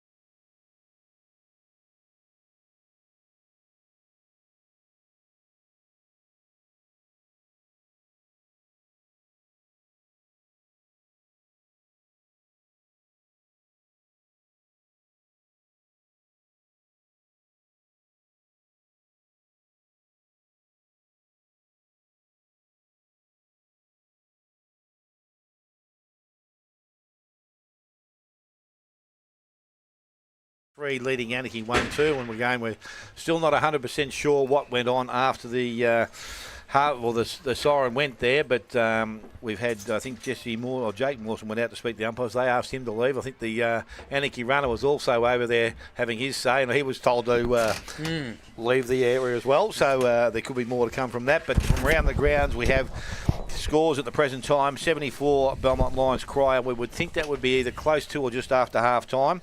East Geelong 7, Thompson 1. I'm not too sure that's been updated. We said North Geelong currently 5-3-33 to 1 goal 2-8. Belpost still kicked 1 goal 7 so far, but they lead in the lead on 1-1. Bannockburn 38 to Winchelsea 20, and the Werribee Centrals have started well. They've kicked 5-4 to the Giants 2-1. So, as I said, the game probably was close. It's probably closer, as we said, than the actual score shows, but they've been able to do it pretty nicely, North Geelong, and we believe they're kicking with the breeze or the art of the breeze in the second quarter, Alex. Well, assessing both leagues playing today, even like I'll throw in one GFL score for you, Grovedale 1-1 to Newtown 0-5. So you can see there is a breeze around the Geelong region. I had to check that score, of course, my former Newtown and Chilwell senior coach Jacob Spalding now coaching Grovedale, so there's a bit in that match. Bragging rights. In terms of bragging rights here, look, I'm looking through the Anakie list. I understand we've got 3 quarters to go, but Brad Gerard's probably on top in most departments, and then there is a very, very long gap. Look, Michael Crossett's done his job. He's one of the most underrated midfielders in Anakie's lineup, if not the lineups of most of the teams in the bottom half of the ladder. I gave Mitchell Gavin a tick behind the ball. You know, he's the only senior premiership player in this league playing for that lineup, and he's done his role a few weeks in a row, and Pixie with the goal. But as for North Geelong, I mean, what a return match for Charlie Farrell. Yeah, he's got a few kicks, but he's kicking with efficiency. You know, Desnoy's just being Rory Desnoy. Ben O'Brien's just being Ben O'Brien. Jackson Jewell, I think the role he's playing on Dalhouse for at least a good 10 minutes in the middle of that opening term was sensational. Paddy Cleary down back, can do no wrong on Bosley. Noah Penny, as you said, Arch, great work there. Sammy Reynolds, didn't know he could play as a forward, but he's kicked a goal, so that's a good start for any forward in senior footy. Bryce Brockenshire, Tommy Davis in the ruck, and the 51, Oscar Riccardi, getting a goal on the board early. No, it's good. Yeah, good wrap up there, Alex. no, it's great. We're not missing Grubby at all, are we? No, we're not. No, some very good contributors. I think, yeah, you're exactly right with how good Gavin started. I think Barter's been serviceable for Anakie as well. He's tried his guts out. So. Wait, Blake, what'd you do? Let's see if we can get an update. If Grubby was here, he'd just tell me to toughen up, mate. That's all. See if we can get an update on an injury here from Blake Miller. The umpire's blowing his whistle to start the second quarter. So umpire with ball in hand, and we are about to restart. The ruckman go at it, both the middle of the ground. Ball comes out. Swenson tried to kick the ball off the ground. Wasn't effective. Umpire says that's kicking in danger. Free kick is going to go to Mawson, I think, of Anakie. So they will have the ball and push forward early. No one's standing to mark. He can take the ball and run. Looks around and weighs up his options. That's what he's going to do now. He goes long into their forward line. Barter's the option. Unfortunately, the ball comes to ground out the back. Swenson picked it up nicely out the back to Beecroft. And they've got running players from the outside. That looks like Riccardi. Brings it back to Farrell. The big Good men mark. fly for the Rutley's pie. That was Charlie Farrell. Good to have him back in the side, as we said. Goes out wide. Short kick. Mark taken out there again. So they move the ball sideways here, but maintain possession of it. Half-back flank, far side of the ground, going towards centre wing now. Long kick, going towards Davis. That's a nice way to kick. Unfortunately, he couldn't take the mark. Barter picks the ball up, handballs back inside the Dalhouse. Running player again, Mawson, again on the link-up. That's what they'll need to do. They go into their half-forward line. Oh, might have been a little high. Yes, it was. Free kick will go the way of Henderson. So Henderson now for North Geelong on the half-back line. Again, he's looking at his options. Got Beecroft out wide. Kick had to be good and was just over the top of Lever's hand, which was, as you say, centimetre perfect. Beecroft goes back now, so they're not making too much ground, but he goes back to his teammate O'Brien, so they transfer for play from one side of the ground to the other. Now they run the ball, and Cleary kicks the ball out wide again. Just interference run there by McLaughlin. Sees the ball go over the boundary line, a throw-in which will take place far side of the ground. Great pressure there as well from Anakie to push up and create the turnover. They'll need to do more of that, and they've started pretty well early, but again, just started. Davis, ruck contest, takes it out of the ruck contest, goes towards Reynolds, playing in front. He's done that very nicely. Handball comes back inside to Swenson, left boot. Tom goes into their forward line. Detman tried to put boot to it. Fazio's out the back. What will he do? Decides to kick it off the ground. He actually probably nearly worked there because he had a teammate running through the square. Unfortunately, couldn't make contact. That was Mitchell Bibb, and the ball goes over the boundary line for a throw-in. Well, the word on that last goal in the last quarter, apparently the North Geelong coaches don't even know what happened either. So, yeah, they'll take it, though. We will get an answer before the end of the game, though. They're not going to say no to an extra goal. Ball comes back in, 15 metres out from North Geelong's goal here. Trying to get goes into open space now. Dalhouse making the tackle and making a stoppage, 45 metres out from North Geelong's goal. Is evenly poised here in this second quarter. See if Anakie can get some more of the dominance they had in the last quarter and capitalise on it this time. As the free kick's going to go to Barter. Sam Reynolds wants to play ruck now. So he's Mr. Fix-It everywhere he goes. Oscar Barter. Is he just going to weigh up his options? Doesn't look like he has too many. He's just going to go as long and as high as he can. Couple of players converge. Big fist over the top now. North Geelong have a good opportunity to go forward. The handball was by Reynolds, and then it was parried away from Desnoy, and the ball's going to end up out of bounds. He's going to get deliberate. North Geelong talked into that, I think. They did. So here's Riccardi. He's got the ball. He's going to send North Geelong deep inside 50. He says, go long, boys. Run off his mark and then just chips it up. A little bit of a pitching wedge into the path. Over the top, they got numbers. Going to be a push, and it's going to go the way of Anakie. Good decision there on that occasion. Definitely a push. Just got to defend gallantly here. And if they can absorb the pressure, Anakie, the same as North Geelong did to them last quarter, they can go back the other way and put some scoreboard pressure on, as Dalhouse is involved in this big pack of players, although it's one back out from Riccardi, and then he finds the man open inside 50. It was Schwenderson. And he can kick it.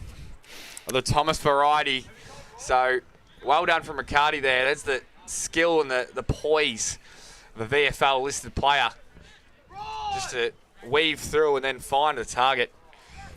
And so, Thomas Schwenderson to kick North Geelong's 6th goal and really extend the momentum they had in that first quarter. He's going to run a bit of an arc. Looks like didn't have the distance. The kick looks all right. He's kicked the goal. That is unbelievable. Didn't have the distance. Runs the arc and then wheels around. Sometimes that affects the accuracy, but it went straight through the middle. So 6-3-39 to 1-2-8. 5 minutes gone in the second quarter.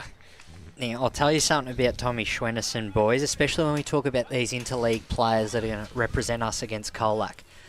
They lose by 30 points last time they play Anakie. Schwenderson, 40 disposals, 5 inside 50s, 9 rebounds, not a single Whitley medal vote. One went to Rory Desnoy, who got 23. But with goal kicking like that, I thought he was one of the quieter contributors in the first quarter.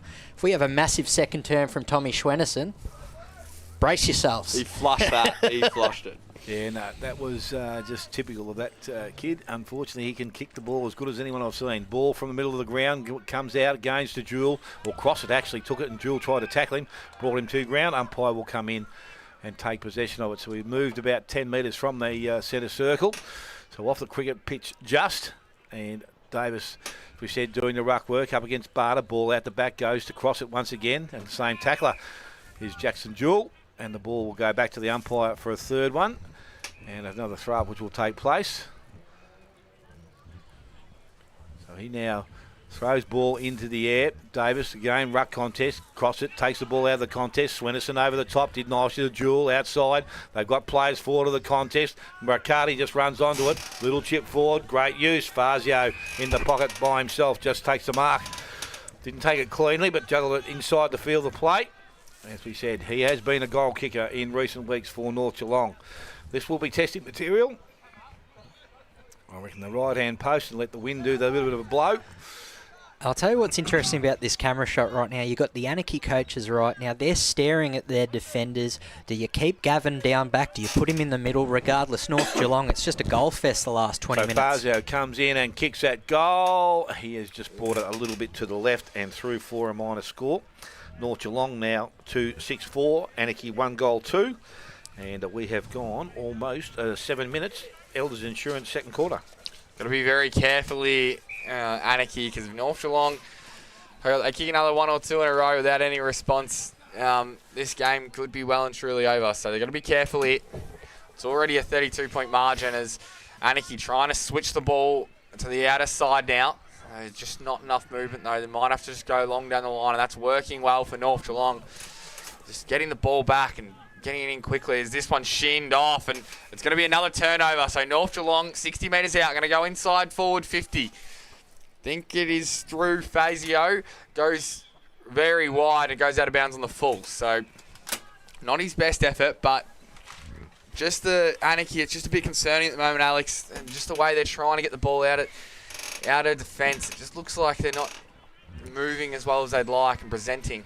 And they've also had 16 minutes without Blake Miller on the ground for North Geelong. In that time, Anakie still hasn't kicked a goal. Now's the time to capitalise. Concerning, and Dalhouse there slipped high, so it's going to go back. Oh no, the umpire said play on, so he's got to move on with it there, Smith. And he does, and then they're going to go inside 50 again here in North Geelong. They've got the numbers, Anakie. Mawson gets the ball. He's going to go down to centre wing on the far side of the ground. Good mark by Barter. He's going to be paid it. So now they're going to have an opportunity to move, get further down the ground and possibly go inside 50, although North Geelong are well set again. This is a Riccardi coaching masterclass here, the way that they're just setting up around the ground. Down the line, a big jump over the back, but it's going to be, umpire blew his whistle and then said play on. So North Geelong here, going to go through the middle. Smith was involved, and then here goes all the way back to George. George now did the 1-2 with Jewel, and then the ball's going to come out. They've got players open here. Penny is open if they can get it to him. Reynolds went to Riccardi, and Riccardi didn't go to Penny. He goes longer and finds a target, and it's a mark. Now, that was sensational by Riccardi. 9 times out of 10 in senior GDFL footy, you're probably going to Penny. Penny, yeah. Riccardi's got that confidence in his forward. Johnny Fazio goes, nah, you know what? I'm going straight to the better option. And Fazio lines up for his second, is it? Yep, this will be for his second. So Fazio, no more than 25 metres out. Not much angle about it. Oh, he kicks it beautifully. Straight over the goal umpire's hat. He kicked North Geelong's 7th goal. So 7-4, 46 to 1-2-8. North Geelong leading in this second quarter, brought to you by Elders Insurance. Is that 6 in a row for the Magpies? Yep. Well, I said after 2 in a row, it's not panic stations for Anakie. I think we've almost skipped panic stations at that. So we've got Oscar Barter in the ruck. Gerard's done a good work. But Dalhouse and Josh Mawson in the middle, we need to see something special from them in the next 10 minutes, I reckon. Next 5 minutes, actually. Let's put it on them. Blake Miller comes back on the ground as well for North Geelong. There we go. So time off the ground, 8 minutes in the first quarter, 10 minutes in this second quarter. So Barter from the middle of the ground, he's tackled as he tries to get the ball away, picked up by Dalhouse, got the handball outside to cross it, needs to kick the ball and does so. Bosley best positioned here, and he will come up and take the mark. So this is a goal that he will need to kick here. As I said, he's had some extremely good weeks, but last week just as 2. But probably nearly one of his first possessions of the game, I would think. Haven't called him all that much, but he needs to answer here for the Anakie side. So Andrew Bosley, distance won't be a problem, even with that gusting breeze out there. Is that right? Good man. So Bosley steps in now. Kicks that goal. He didn't start that in the right position. It's not even going to make the distance, is it? Ball comes back towards the goal square and will be forced through for a minor score. So maybe a little stronger than we thought in here, but 1-3 now to Anakie. 7-4 to North Geelong. We've gone just over 11 minutes. Elders Insurance second quarter. Now, Alex, I do have a question for you that we discussed last week. Is there deliberate rush behind? Can you be pinned for that in the GDFL? That's a question for Jock Hillgrove more than me, but Less we can take. Dalhouse goes inside 54. Anakie and finds Long. So Dalhouse got some open space, lowered his eyes. He's going to move quickly here. It's Jake Long, has a ping from 45 and kicks the goal. Oh, they needed that one. One of the Connectel contender for the goal of the day. I wouldn't go that far. You don't think so? Nonetheless, I say they needed that one. I'm not just talking about the goal. I'm talking about the mark inside 50 because that is the stat that they narrowly lost to Bannockburn last week, but they're getting annihilated in to North Geelong today. Just to stand up, have that focal point. That's the reason they've got Bosley there. They've got Lever in the goal square. Remember, last time these sides played, they actually put Bosley in the middle for half the game. Now they have the luxury where they have a better midfield options. We've got to deliver it their way. So I want 3 goals in a row for Anakie now. 1 down, 2 to go. Good for Dalhouse's confidence as well to hit a target inside 50s. We're back in the middle now. It's Davis versus Barter, and the ball comes out. Good hands by Here we Mawson. Now they go inside 50, and they take a mark. Oh, there we go. Good Look mark. at that. One-on-one taken by Jay Lever. The tall timber of Bosley and Lever were down there, and Lever takes this one.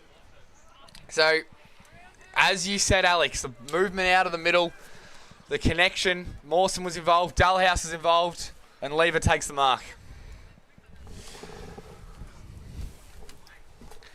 The kick, second goal in a row for Anakie. Starts swinging the momentum back. Has to go through, Look and at it that. does. And look at the response from the Anakie players. They know how important that goal is. I'm just looking at Jay Lever now. He's battled an injury for 12 months. Only his second game. Ironically, played round 2 last year on this ground, but that was such a special moment for him. Gets his confidence into his game. His legendary goal-kicking grandfather from Anakie in the early 70s, Brian Lever's probably 30 metres to the right of those goals, watching him and clapping him through. So massive. But what did I say, boys? I need 3 in a row from Anakie. One more. Jake Mawson's listening to the replay right now going, keep pumping them up because they need to get back in the game. 7:46 through 3:21 on the Albert Insurance scoreboard. Davis from the middle of the ground taps it down, but it's Barter who's going to merge with it. Kick went as high as it went. Here we I go. think. Sitting underneath the ball. Ball comes out of the contest, goes to Werribee. He picks the ball up, got through traffic, handles back inside to cross it. Outside now, back towards Dullhouse. Has little time to weigh up his option. A little short chip going forward. That will be okay. Marcus taken out there by Milne. So Milne outside the forward 50. I think, well, the options are longer. You've got 3 tall blokes down there. Let's put it around one of them. Goes towards Barter. He's going to have the run and jump at it. Davis is also there. Ball gets through the contest. Picked up out the backside. Kicked across the ground there by Cleary. Goes back towards the half-back line. Leading in the race for the ball. North Geelong, they arrive first. Handball needs to be going up. I think that was Noah Penny. Gave the handball out. Unfortunately, teammate put under pressure. And a ball will come back to the umpire. Well, Forward 50. This is where North Geelong will probably want Charlie Farrell to get off the bench and go back into it. He was dominating the first quarter. Obviously, they're putting a bit of game time into him today, but I'd be putting him near the footy very soon. So Gerard gets the handball out, goes towards Barter. He picks it up, got the handball out the back once again. Now he's missed the target, picked up Swenson. Handball's back outside. Desnoy over the top, short, goes to Miller. Good hands, which we know he's got. Now he's back in the ground, and as I said, seems to be moving okay at this stage. Got Jackson Jewell inside if he wants to go that way. Now, options may have dried up a little because he's not too keen to move the ball forward. Now that someone presents, goes towards Reynolds. Mark not taken out there, so Anakie now with a chance to go back through Dullhouse. Handball's over the top, didn't hit the target though. Picked up nice and cleanly out there. That was by Seros. And now he says he's been picked it up and put it down just as quick. Free kick will go to cross it. So cross it now, chips the ball back inside. Oh, I thought that was going to the wrong player then, but he's been able to work it nicely. Ends up in the hands of Kavanagh. Over the top to Goodwin. Needs a favourable bounce. Has options outside. Will use it. Went towards Milne. Kick wasn't good. Ball runs towards the boundary line, and probably a better option there. Good to see that one. We'll give them a chance to set themselves up. Great pressure from North Geelong, pushing right up, creating the clanger and then eventually the turnover. Well, with Rhodes, McLaughlin and Simon all coming on the ground, I reckon Anakie's average height has just gone down by about 20 centimetres, boys. So ball kicked into the centre half forward position. Leading the race of the ball is Detman. Takes the ball. It's to handball. It was okay because he's been able to get the ball out of trouble into the hands of Sim. He goes across the ground. A little bit of air. Showed a bit of it to North Geelong, but the mark has been taken out there. And again, Anakie have possession of it. Just defensive side of the centre square. Goes back into the middle. Dullhouse waited. Ball stuffed away by Swenson. That was Tom. Handball goes back outside to Desnoy. Over the top. Back towards Swenson. He's got some opposition against him there. Sam Reynolds did nicely trap the ball. Kept the ball alive. Tapped it out. Ball was taken up there and picked up there by Roberts. He was tackled and brought down. Umpire said there was no prior opportunity to get rid of it. And a ball up inside forward 50 for the North Geelong side. Barter's pushing down there. Now he's... I think he got the umpire's attention. Looks like Mitch Habib's going to do the ruck work for North Geelong. So Habib got up over the top there, went to Reynolds. He was tackled again, this time quickly by his Anakie opponent in Roberts. And another ball up, similar position to last. Both ruckmen go at it once again. Ball comes out of that contest, picked up out there. The handball went out to Jewell. Right boot goes back towards goal. I tell you what, he's just offline and through for a minor score. So 2 behind Jackson Jewell, 7-5 North Geelong, 3-3 Anakie. And 17 minutes gone, Els Insurance, second quarter. So just in that play there, Tommy Davis standing behind the footy, Reece Stanley style, if you saw the Geelong Premiership a few years back. North Geelong is still in quite a comfortable position, but I'd like to see Charlie Farrell back on the ground. Ball comes out to Mason Rhodes. It's gathered here by Anakie. They're going to go out to centre wing right in front of us in the broadcast position. It's a good mark coming back the other way. He's going to get the free kick anyway. It was Beecroft. Stood under it well, and that's what happens when you put your head over the ball. Even if you don't take the mark, most of the time you'll win the free kick. So the ball comes back into the middle. Wasn't the best kick, but it works out to Reynolds. Reynolds, low, piercing kick. Here they go inside 50, North Geelong. Handball out wide, it was from Habib. And then Riccardi, can he find a target inside 50? It was a 3-on-1.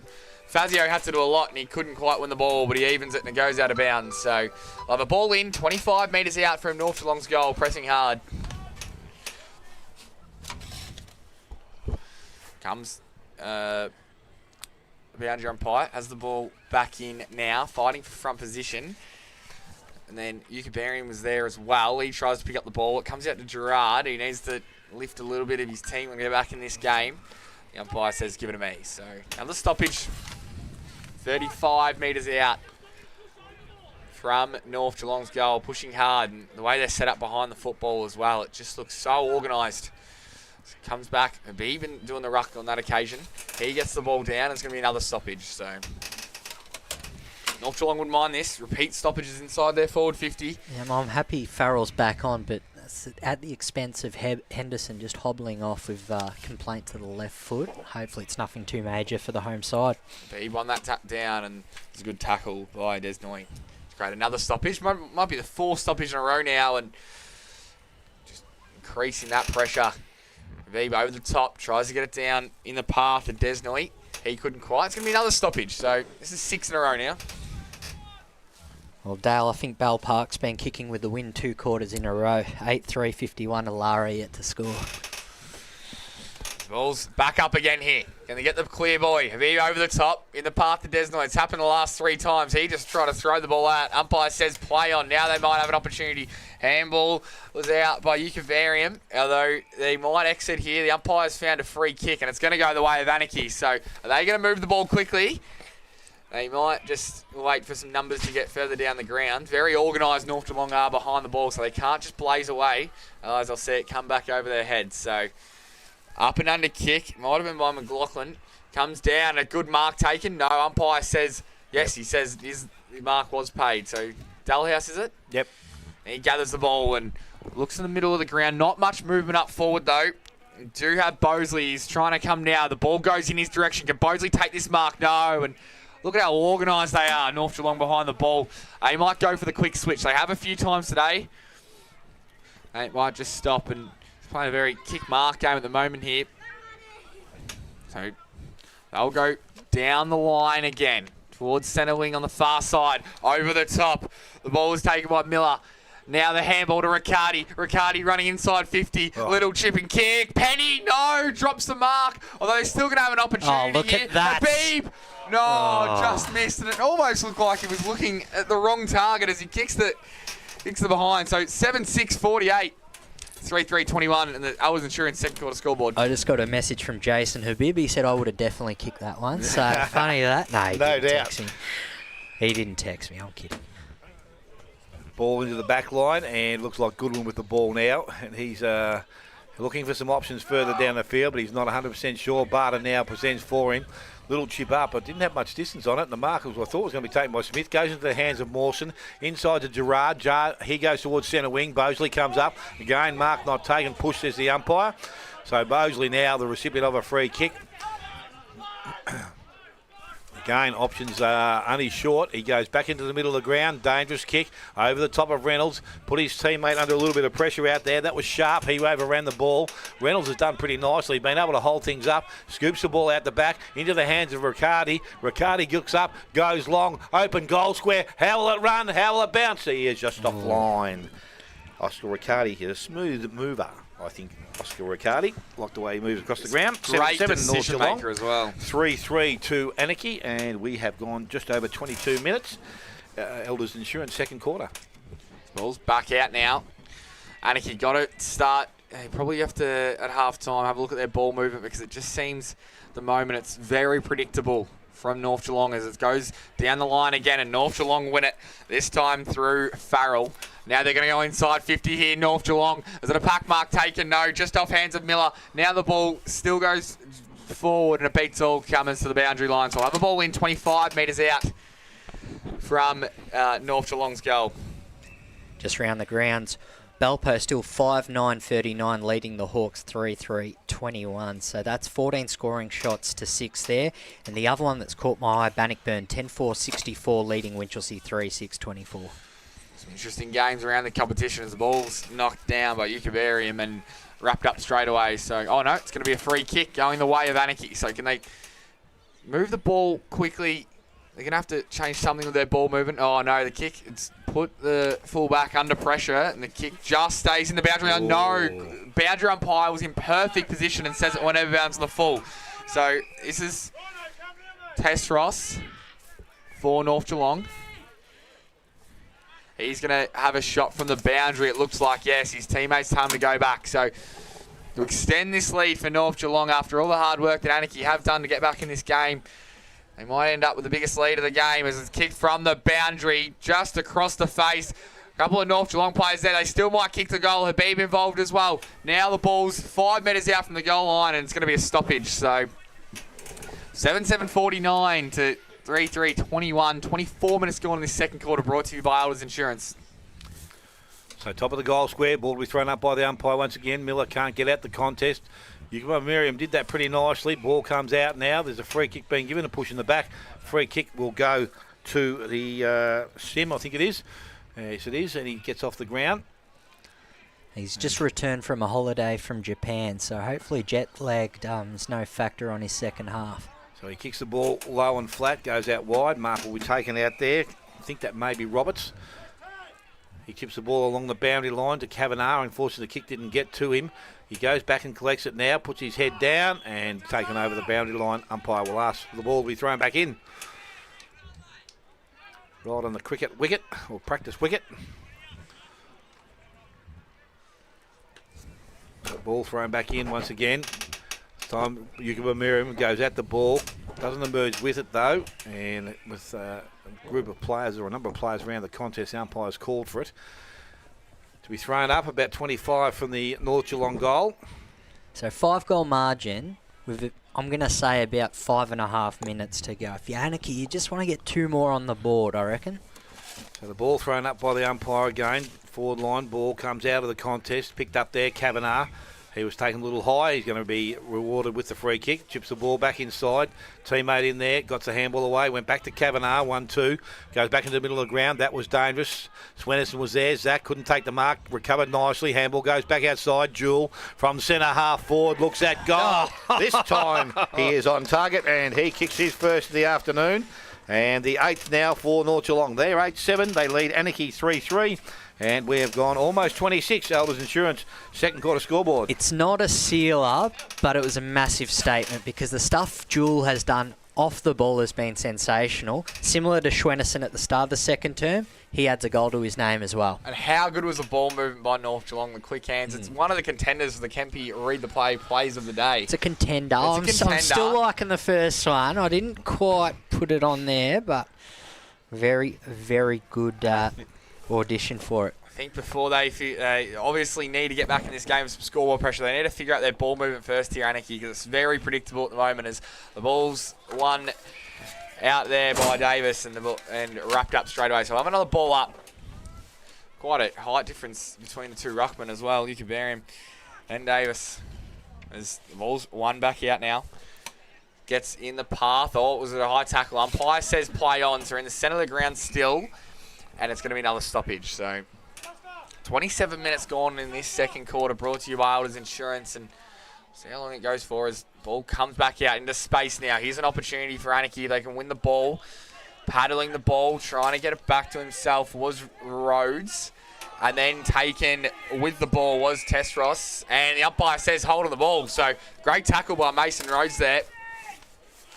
He's going to look up, sees options, and once again it's slow ball movement for Anakie. He's just going to go down that line. Numbers with North Geelong, and then there's going to be a block, and it's going to go... it's going to be an advantage. Dullhouse has the ball. Little Chiseler in the path of Bosley. Can he get a handball for Modern Barter? He's taken. Umpire says holding the ball. Holding the ball. And it's a shame because Barter. I reckon there's about 3 minutes there where Anakie could just get a score on the board, but if you've got Paddy Cleary with the ball in the back pocket, there's every chance there's going to be a chain of marks that could result in the Kempy play of the day. It comes down the line. One hand was held by Davis. Umpire didn't give him the free kick, although it comes a long high ball in front of us and a great contested mark taken by Gavin. He's going to pull the trigger and go to the middle of the ground. This is better from Anakie. Here's Gerard. He just chips the ball up and under to the Long. Long steps around 1, steps around 2, then goes inside 50, finds a target. Good fist coming over the top from North Geelong by George. Now Dullhouse gets the handball into the path. Mawson's there as well. Defending gallantly is North Geelong, and they're going to work it out and find a target. Oh, how well was that done by North Geelong? And Jordan Purcell ends up with the ball across half back, and he just wants to slow the ball down. So 28 and a half minutes gone, 8-7, 55 to 3-3-21 on the Elders Insurance second quarter scoreboard. Ball goes across the ground to Henderson, now further into the pocket. Cleary, he looks up and he's got Jackson Jewell. Jewell from the half back line will look up and goes to the half forward line. Kick had to be good and went into the hands there of Farrell. Plays on and goes into their forward line. Habib leads in the race of the ball, but coming out the other way. Detman, he attacked the ball nicely, gets the ball now and goes back towards the centre wing. Went looking for Arabit, but he picked the ball up. Wants some options, has one. Looked back inside. Not too sure his option was, but Long was there. Coming through was Jewell once again. Ball goes out the back into the hands of Gavin, now into Gerard, and ends up back in where it started from, and that was Arabet on the far side of the ground. And he is on centre wing, far side, just defensive side of. Looking to transfer the ball to their half forward line. Again coming out, O'Brien is there, and the siren sounds to end the second quarter, and we'll see North Geelong go in at 8-7. They lead Anakie 3-3. Goal kickers at this stage of the day is Purcell and Farjo. Both have 2, one each to Desnoy, Jewell, Riccardi and Swinnerson. That's Tom. And for Anakie, their 3 goals, Lever, Long and McLaughlin. Take a short break, come back, and we'll go through scores from around the ground. You're listening to 94.7 The Pulse, your home of local football.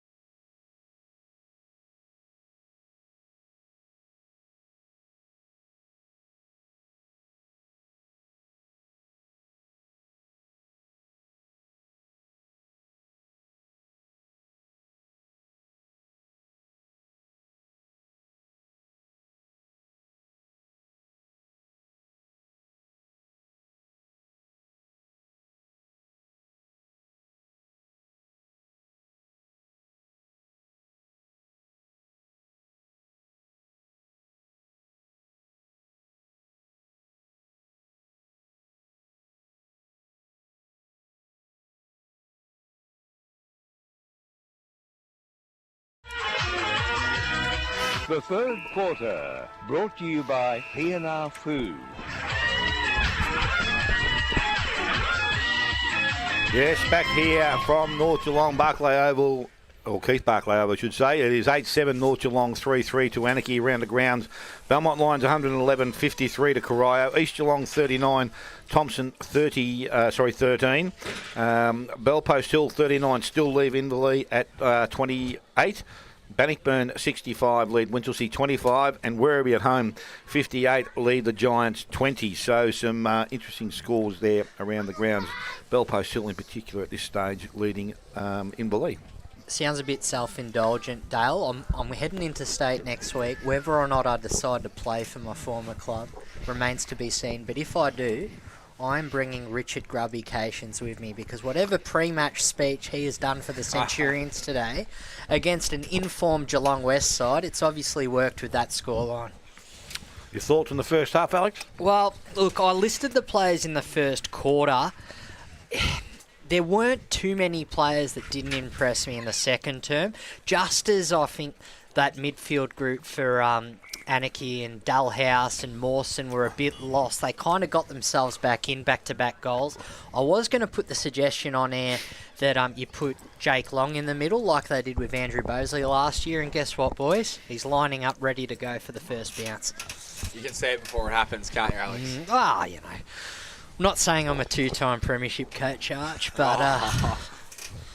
you see football like no one else does. The medals clink. So action not too far away now. Umpire with ball in hand. Siren has sounded. Had a little trouble early on today. There, the old cowbell out. Ball thrown in the air. Barter and Davis go at it. Ball comes out. Goes towards Jewell. He continues to run along, taken without the ball, and he's going to be rewarded with a free kick. So Anakie need to get themselves very close at three-quarter time, if not in front. So the ball goes quickly into their forward line. Mark not taken out there, picked up out there. Lever, left boot, goes back towards the goal square. Bosley's there, ball gets over the back, and that is a good way to start the second half. Jay Lever gets his second goal of the afternoon, the fourth for the Anakie side. They move to 4-3. They trail North Geelong on 8-7, and we have only gone about 34 seconds. P&R Foods third quarter. Well, 3 of the last 4 goals for the Roos. A lot more respectable. I'm not saying the game's over now, but if they can get another 2 of the next 3 as well, it's certainly a lot more competitive than the first 40 minutes. It's going to come down to their ball movement as well, Alex. I know we spoke about it briefly in that last quarter, but it's just about being less predictable and trying to take the game on through the middle as well. So back with the umpire once again in the middle of the ground, and Davis is still back in there doing some ruck work. Ball from the ruck contest, picked up, cross it, goes out the back to Dalhouse, and they come again. They kick the ball into their half-forward line. Gerard leaves in the race for the ball, picks it up, got around the player coming at him, little chip forward. That was just about okay. Ball picked up, I think that may have been Cleary, got the handball outside, put Rhodes under a bit of pressure. Now the umpire said there's been a incorrect disposal, and it's going to go to North Geelong. As I said, cricket pitch area here, or the practice wicket. And it may be Cleary once again who's got the ball. So he's out looking to bring the ball towards centre wing. Chips up, goes towards Jewell, and going back, Mark taken by Long. He's not going to waste any time. Sees a player out in the lead. Bosley is that target. Good fist in there. And that was nicely done by O'Brien. Ball comes to ground. Players tackled. And it's going to be a ball up, which will take place. He may not have got the mark there, Bosley, but just looking at Jake Long as an offensive midfielder more so than a forward is really bringing Anakie back into this game. Ball goes out to Yukiba Merriman. He gets the ball into their half forward, or sort of the full forward line, and O'Brien takes the ball, runs it over the boundary line. Andrew Bosley, he's wanting a free kick, but we're not, as I said, at that level just yet. And there's going to be a ball in 20, or about 10 metres around from the behind post. Anakie are back in attack, and this time Lever looks like he is doing the ruck work. Ball comes down from that run contest, picked up at there, Tom Swenison. Left boot was smothered, ball runs back to the boundary. He picked that up nicely over the top to Jewell, and they run now. Riccardi picks the ball up, and he goes towards centre wing. Fazio from behind, jumped early, but standing his ground nicely. And the ball has been taken down the far side there by Detman. Detman now delivers the ball back into their half-forward line. Good kick. Mark taken out there. Mawson it is with the ball. So he's got the ball again outside his forward 50. And he drives the ball long, going towards Bosley. Had to run at it, was pushed under it. Umpire saw it, and free kick will go to that player. So there's a free kick going to Bosley. An opportunity here to put their fifth on the board and close things up a little bit further. And you can see exactly what Alex said. As soon as they put Long in the middle, they're starting to get more clear ball movement, and they're starting to get deeper entries, and they're bringing Lever and Bosley into the game, which is going to be the key aspects if they want to get back in front. Well, they need to get on the scoreboard. Bosley has not there as yet, but he has a ball, and you would think from about 20 metres out, almost directly in front, he can record his first and the fifth for Anakie. Steps at the ball and kicks, holds its line. No, it doesn't. It goes across the face. A costly miss there, I would think. 4-4 now to Anakie, 8-7 North Geelong. We've gone almost 4 minutes. P&R Foods, third quarter. Well, I was going to say it if he slotted it, but I'll say it anyway. The moment Bosley lifted his confidence last season was when they put him in the middle, like they're doing with Long today, against North Geelong last year, and his numbers were outstanding. He still kicked 3 goals, but I reckon he would have had 20-plus disposals. Today's his day to shine up forward. Lever's done his role. Crossett, who's hobbled off the ground injured, he's been very valuable up forward, but now we need the Andrew Bosley show to take place here at the Keith Barclay Oval. Just had to get the spare footy there. Must have lost that one over the back. So it will be George from North Geelong to return the ball, and majority of the players out straight up the ground. Looks like they're going to try and spread out here. And they've gone in the path. It was a good, it was a late hit. The mark's it's going to be taken, or it's going to be a free kick given to Humphreys for North Geelong. So good pressure coming the other way though from Anakie, not letting them straight out. And you go back to George and then back to in the middle. So a couple of players leading out him. One of them is Purcell. He's not going to go in that direction. It's a good setup here from Anakie. Try and make him go long, although it's a well-measured kick. Gets over the top of Penny and then gathering the ball. Oh, that was beautiful. They're going to go inside 50. Oh, head over the ball. Well done from Long. Gets the ball out. Now it comes to Desroy. And what's the umpire's seen a free kick. So Desnoy did have the ball, and it's going to go back to North Geelong. Sling tassel. It's going to go to Anakie, to Jake Long. So he's going to have a shot from right on the 50-metre arc. What do you give him a chance here, Alex?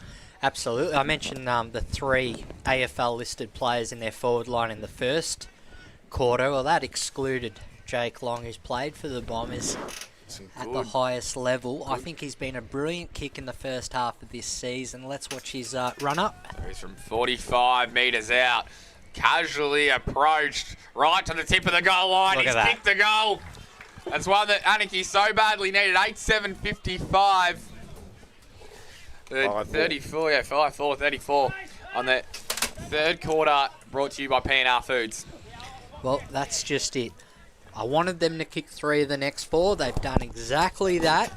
Now what they need to do is put that extra pressure on North Geelong when North Geelong play that cute footy around the wing. If they can punch a few of those over the boundary, put a bit of momentum back into this game, then this certainly is the match of the round. Back in the middle now. Barter and Davis to go at it. Davis going to run and try and gather his own ball. That ends up with Anakie. They're going to win the ball out of middle to Dullhouse. Oh, he's wearing him like a glove, was the North Geelong player. Come back to Barter, and then Dullhouse got back up and again. A great tackle straight away. You see who that player is, Alex? I'm guessing that's Bryce Brockenshire, but let's just see who it is. Mason Rhodes is holding on to him, and it is number 40, Bryce Brockenshire. Playing Dullhouse like a glove at the moment. The ball comes out. Dullhouse was involved on that occasion. Then coming back the other way is Riccardi. He sends North Geelong inside forward 50, and the mark is taken. Is he giving the mark? No, he's giving the push. So I thought it wasn't a bad effort by Blake Miller, who was injured in the second quarter, but it's going to go the other way. Ended up with Roberts. So now they can go quickly here, Anakie. Fortune favours the Brave, and they're going to go down the line, centre wing. This is better ball movement. Ball ended up with Long, and then he goes out wide to McLaughlin. McLaughlin looks up. Might have to stop and wait for some players to get down there. No, he's got Gerard if he wants to go in that direction.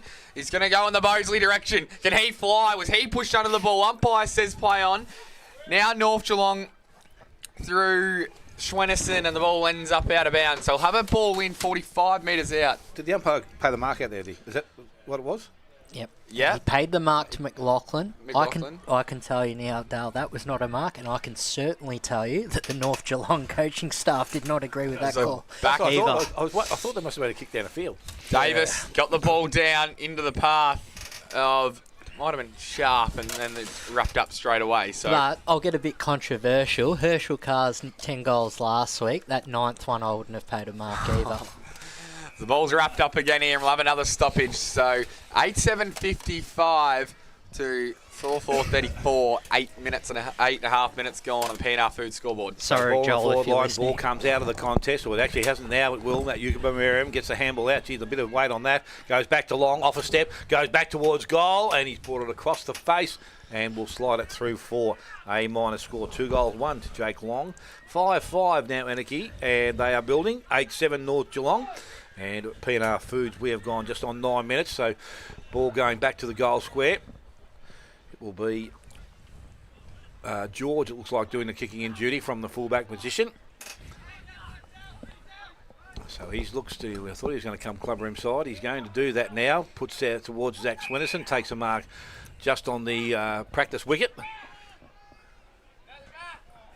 Again, they've usually been able to switch play, but they look like now Desnoy will be the target. They come round the boundary line. Mark is not taken there by Desnoy. He was collected. He was tackled by Sim, brought to ground. That could have also been a little bit of a dangerous bring to the ground, but the umpire had already asked for the ball back. So a ball up will take place, and it's thrown up very quickly by the umpire again.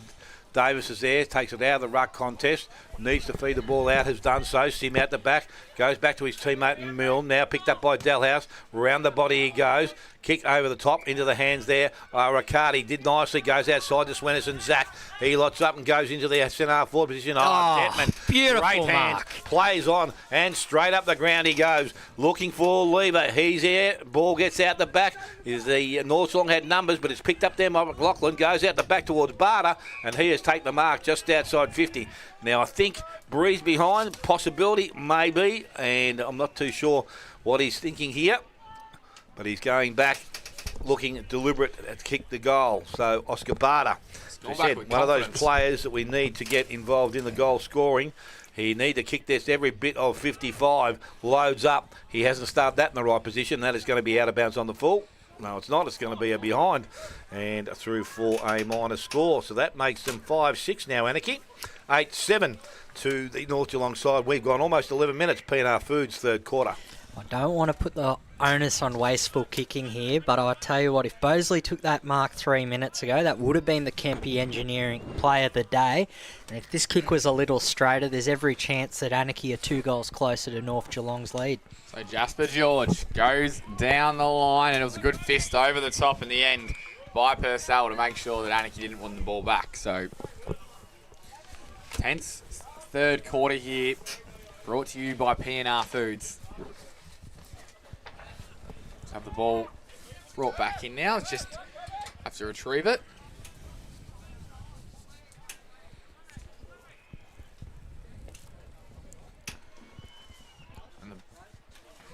Ball coming back in now. So boundary throw in, just defensive side of the 50 for Anakie.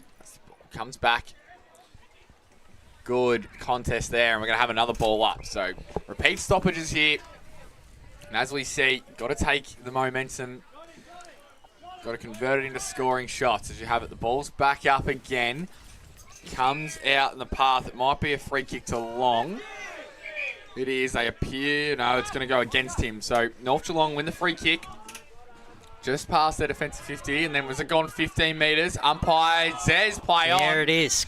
So Dalhouse now wins the ball, throws the ball on the boot, and it goes out of bounds. McLaughlin couldn't quite gather it and send them inside forward 50. Now, that's what I was talking about a few minutes ago. If that's the Anakie of old, and they're putting perceived pressure on that chip kick, then that's a side that is here to make up the numbers. But the fact that they knew Zach's mark wasn't going to be paid the distance, they put the pressure on. That's what you want to see from the Roos going into the final break. We're back in. Can Barter get a clear ball here? Davis is over the top, and he found a free kick. It's going to go the way of Anakie. It's going to go to Barter.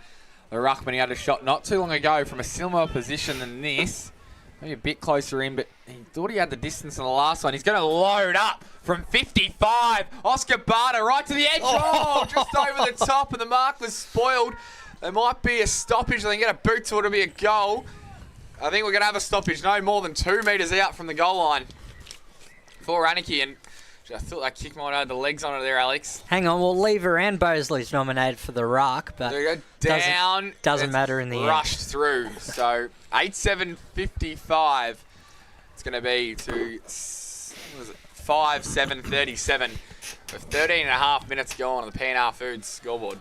Is Crossett back on the ground, or is he still out? No, I haven't seen him come back yet. I haven't seen him, but he's not saying he's not. Yeah. Ball from George in quickly, and as far as Gerard, and it's going to come back once again. So all the attacking work has been done by the Anakie side at this stage, or early stages of this third quarter. Gerard now plays on, kicks out wide. Bosley the target, he's up. Ball gets out the back. Dalhouse was there. Brockenshire also with him. Again at ground level now. There's a number of players that jump on top of the ball, and I can't see who's at the bottom of all that.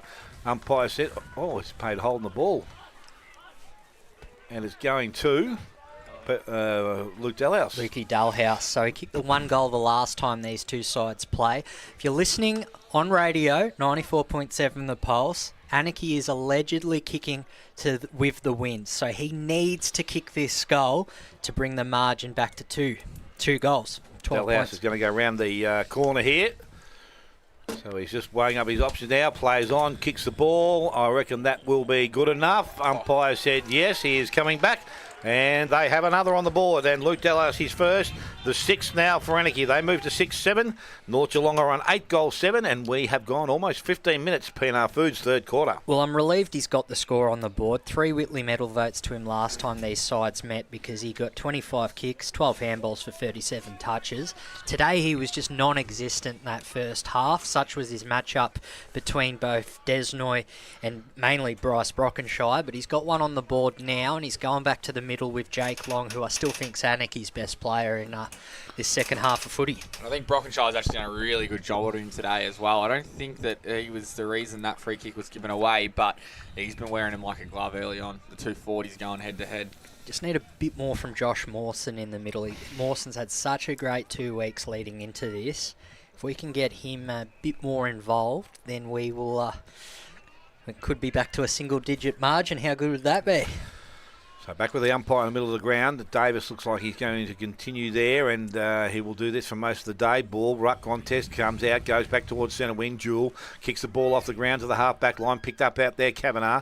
Handball's outside, kicked off the ground there by Sharp. Only as far as Jewell, but coming the other way, the ball's picked up and shooted by Farrell, goes ball inside, and they work now to centre wing, and it's going to be kicked into their half-forward line. Miller's the target, that's a one-hander. Good grab from the big fellow. And he's able to just pull himself up as he gets to the fence. Ball come out of his hand, but mark had been paid. So right on the 50-metre arc on the far side of the ground, he'll need to kick the ball back. Habib's set himself out the back, and he's going to have a run at it, but he won't get to the ball. The mark is not taken out there, comes to ground, and a tackle is fairly strong out there, and we will have a ball up, which will take place. Actually, it's gone over the boundary line, has it? It has. So it's going to be a throw-in, I should say. And that's about 10 metres around from the behind post.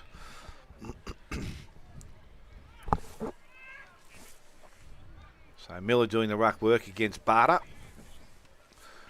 Thrown back in once again. Miller, the front position, taps it straight to the front of him, and tackle laid straight away. Ball come back to the umpire. Once again, ruckman go at it. Barter taps the ball out. Sim tried to run onto it, was able to go back and collect it. I don't know whether he's got the hands out there, but Long gave it to Dalhouse. Dalhouse has got some overlap. Gavin, he comes out towards the Alessio, and he takes the mark. Alessi, I should say. And he's going to look the ball towards Goodwin. And he is just defensive side of centre wing. Another chip kick. Yugabamirian comes up.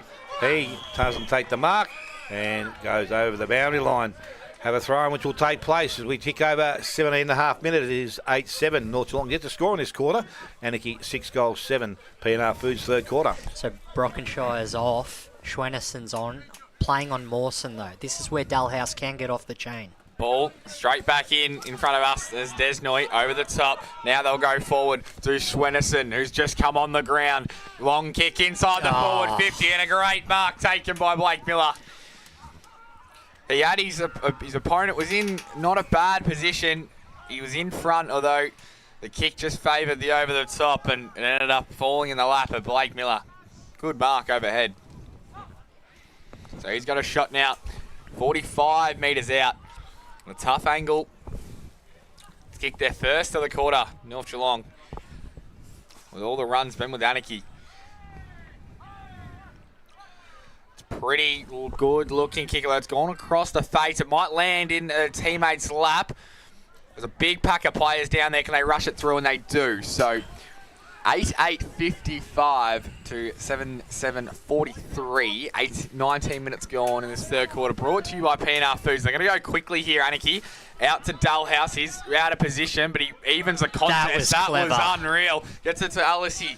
Now they go down to Bosley. Can he take the mark? He has. They got to go quickly here. When they move the ball quickly, they look a much better team, although the ball was held up professional. Here we go. This could be play of the day. Here they go. Down the line, inside 50, and well set up. Behind was actually Cleary for North Geelong, and they're going to exit through the outer side. Here's Charlie Smith. He's got a couple of options, and one of them being Jewel. He's going to use him. Just think their way through this after Anakie. When they get the ball, they've just been looking so much more damaging this quarter. And Schwennerson now. He might go to the outer wing. Centre wing, outer side. He plays there, and a good mark over the top taken by Desnoy. He's going to move the ball quickly. Through the middle. This is a risky ball. They lose possession. Dullhouse is there. He can't get the ball, though. And then Desnoy in and under, trying to win it back for North Geelong. It's a hot footy at the moment. Great handball on his knees with Charlie Smith. Although it came out to Anakie. Anakie inside forward 50. Long involved. The umpire says play on. That was fair. And now North Geelong are going to try and switch through the outer side. Here goes Schwennerson.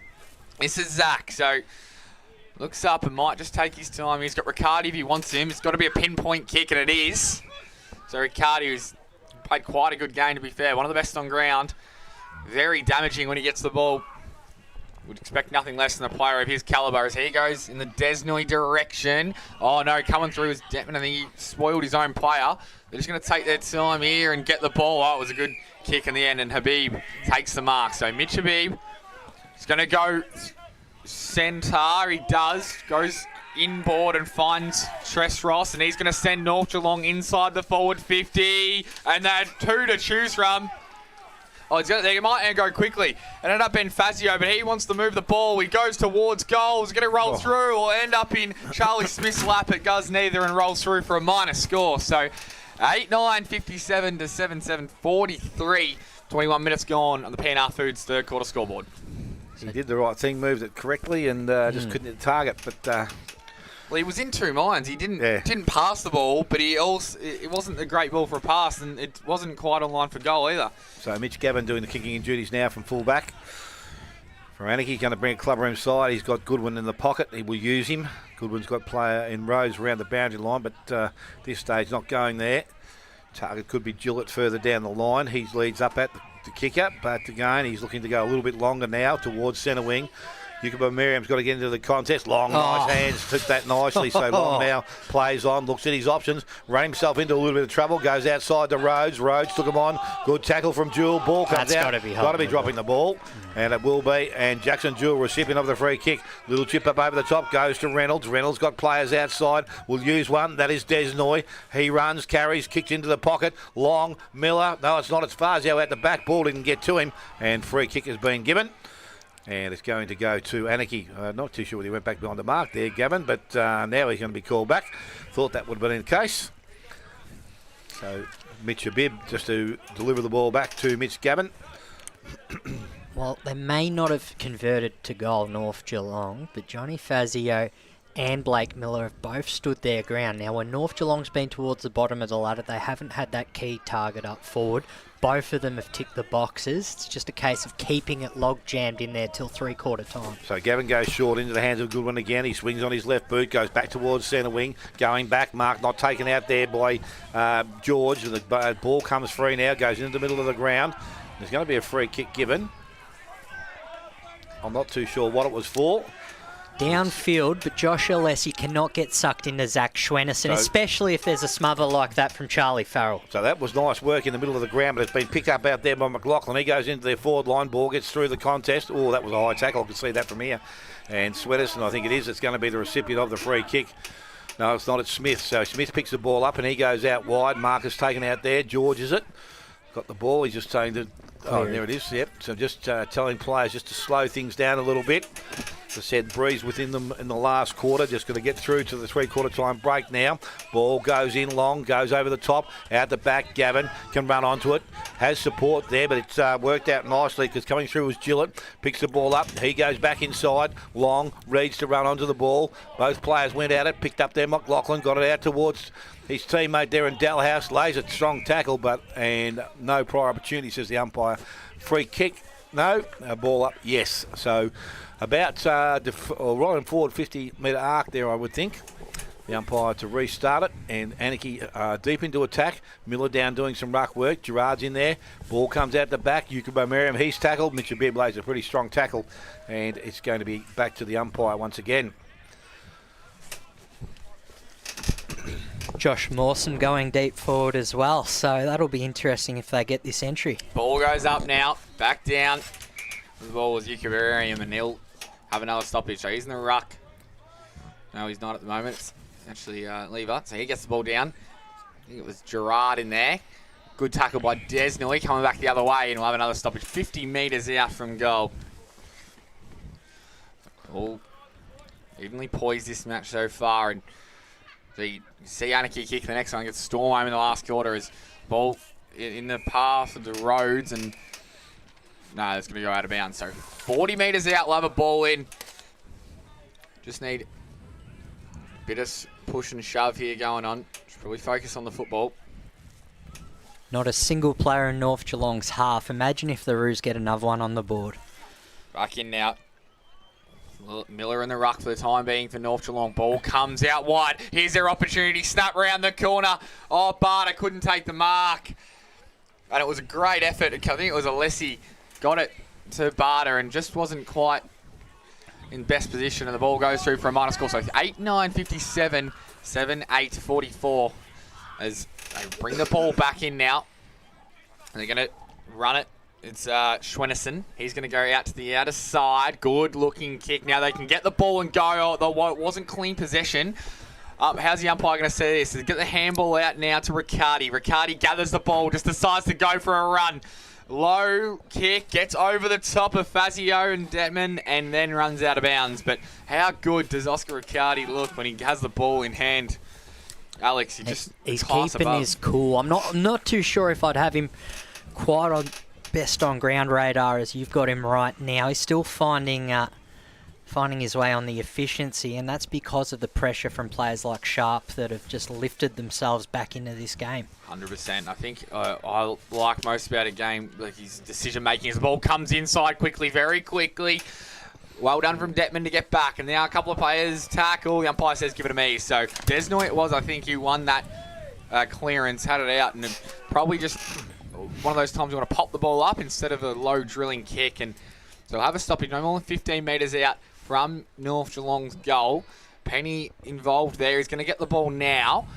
He has it tapped out of his Riccardi. He'll just spin move out of there. Now they're going to go long inside there. Forward 50 North Geelong. Where are the Crummers? Just off hands from Fazio. Now down Habib. Can he get the ball? No, it's kicked. I don't think it was Tesros. Kicks the goal and North Geelong reply. Well, they needed that one for sure. Anakie just keeping the ball in their forward half, but inaccuracy on both ends meant whichever the next goal was going to be a big statement of a goal. Yes, we've gone 27 minutes, so it's 9-9 North Geelong, 6-8 to Anakie, and the P&R Foods third quarter is coming to a close, but some work still to be done, both sides. Anakie, as I said, would have to be very, very close, or if not in front at three-quarter time. That breeze still blowing fairly strongly out there. Ball back in the middle. Barter reaches over the top, tried to kick it, but didn't make contact with it. Brockenshire, I think he's in there. He's been pulled off the ball. Ball comes out of the contest. Picked up by Long. Did that nicely. Little push and then goes into their half-forward line. Swenison leads in the race for the ball. Dalhouse is with him. Both players carried over the boundary line. Throw-in, which will take place. Again, that practice wicket has plenty of work to do out there. Wouldn't surprise me if we saw Dalhouse playing forward for the rest of the game. That's how good Jake Long is going in the middle, I reckon. So the ball thrown in. That's a nice deep throw in too. Ball gets out the back. McLaughlin comes out of the contest, goes to Long. Long goes back outside. Mawson on the left boot, looks up, delivers it to the top of the square. Ball carries it. Bosley has taken the mark. What a mark! At the top of the goal square, Andrew Bosley can go back and look at his second goal of the afternoon. Actually, no, it won't be. It will be his first. He missed that shot earlier on. So Bosley now from the top of the goal square. Just to close things a little. Bring Bargen back to just over 2 goals. Andrew Bosley from, and as we said, we've gone almost 29 minutes. So he comes in, he kicks a goal. He does like this one. That is through the middle. And the 7th now for Anakie. They move to 7-8. And North Geelong are on 9 goals, 9. We've gone 29 minutes, P&R Foods, third quarter. Gives him 23 for the season. Now, round 3, Anakie are just a whisker behind Geelong West. Bosley kicks 5 in the last quarter. I'm not putting too much pressure on him, but he's probably one of their big names that hasn't quite given us the best of performances. Having said that, there's probably 32 minutes of game time to go. So I don't think that's just his fault, though. I think the ball movement earlier on was really hard for a key forward like him to be able to present and take the mark. We see him kept getting further up the ground because the ball wasn't getting. They weren't creating enough deep entries. So now the entries are deeper. And you can bring him more into the game, give him more of a chance. As we are back in the middle now. So what goes up? Anakie would love one late here. Over the top on that occasion, it was Davis, and North Geelong might win the clearance. That was a good tackle coming back the other way. Davis in and under the ball. Now involved was Schwenison there as well, and also Tess Ross, who kicked the last goal for North Geelong, and the umpire says, give it to me. So another stoppage here, centre of the ground. 30 minutes gone, so shouldn't be too much longer in this third quarter. Ball's back now, Barter and Davis. Davis won that one now. Hands up. This is their opportunity for North Geelong. Inside 50, just over the head. Is there a push? Umpire says yes. They might take the advantage, and they have. No, the umpire's going to bring it back. So Fazio ended up kicking the goal, but it's going to come all the way back to Jordan Purcell, who's going to have a shot from 35, 40 metres directly in front.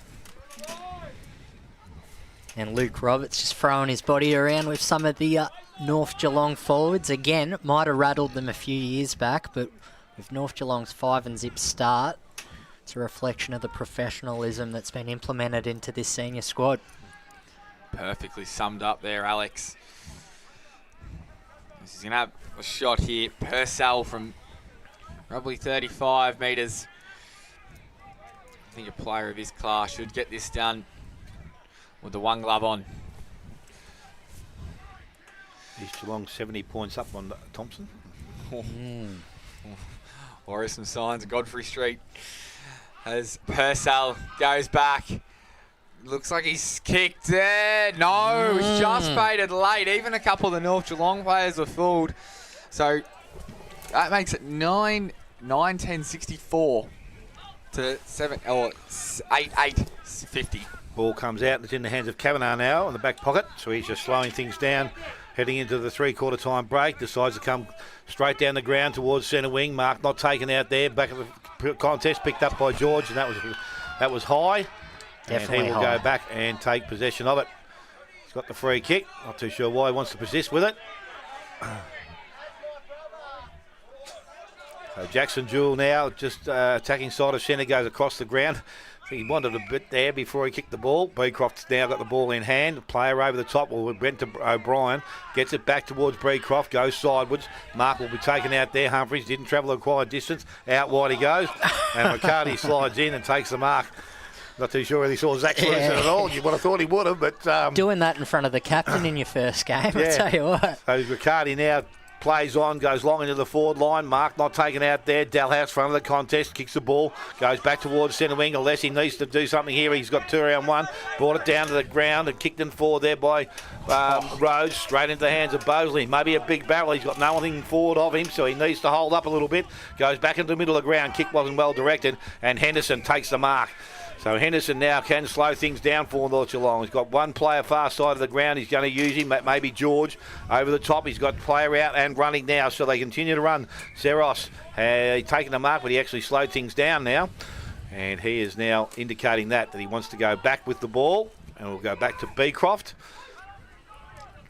Werribee takes the mark and going back outside. Mark will be taken once again, so there's running some time down here now. How much will that come back to hurt him there, Alex?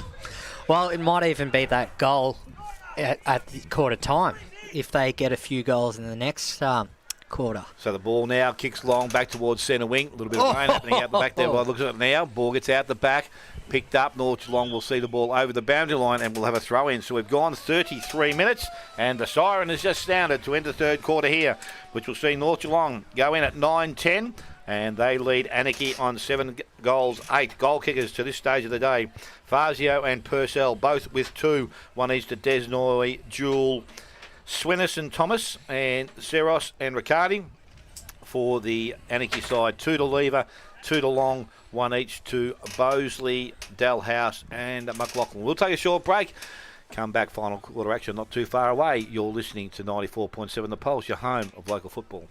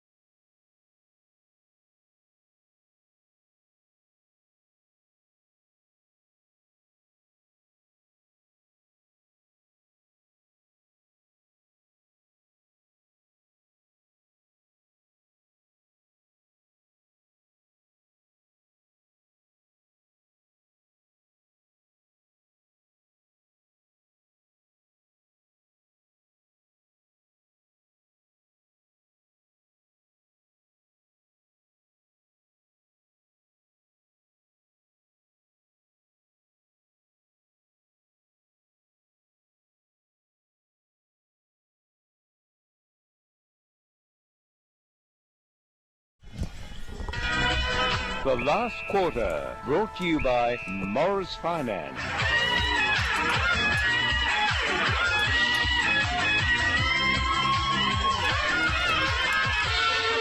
Yes, welcome back. As we said, scores from around the grounds. We can tell you that I did have them up and I've just lost them now. So I know that Belmont Lions beat Corio by about 70 points. And we've got them there. So, Archie, you might want to read them out, mate. So, before I find them. East Geelong, most of these games are at three-quarter time as well. So, yeah, Belmont Lions 2020 140 to 10, 767 beating Corio. East Geelong 13-5, 83. Beating Thompson 2-2-14. North Geelong, obviously this game. Belpost Hill 9-13-67. Inverleigh 6-6-42.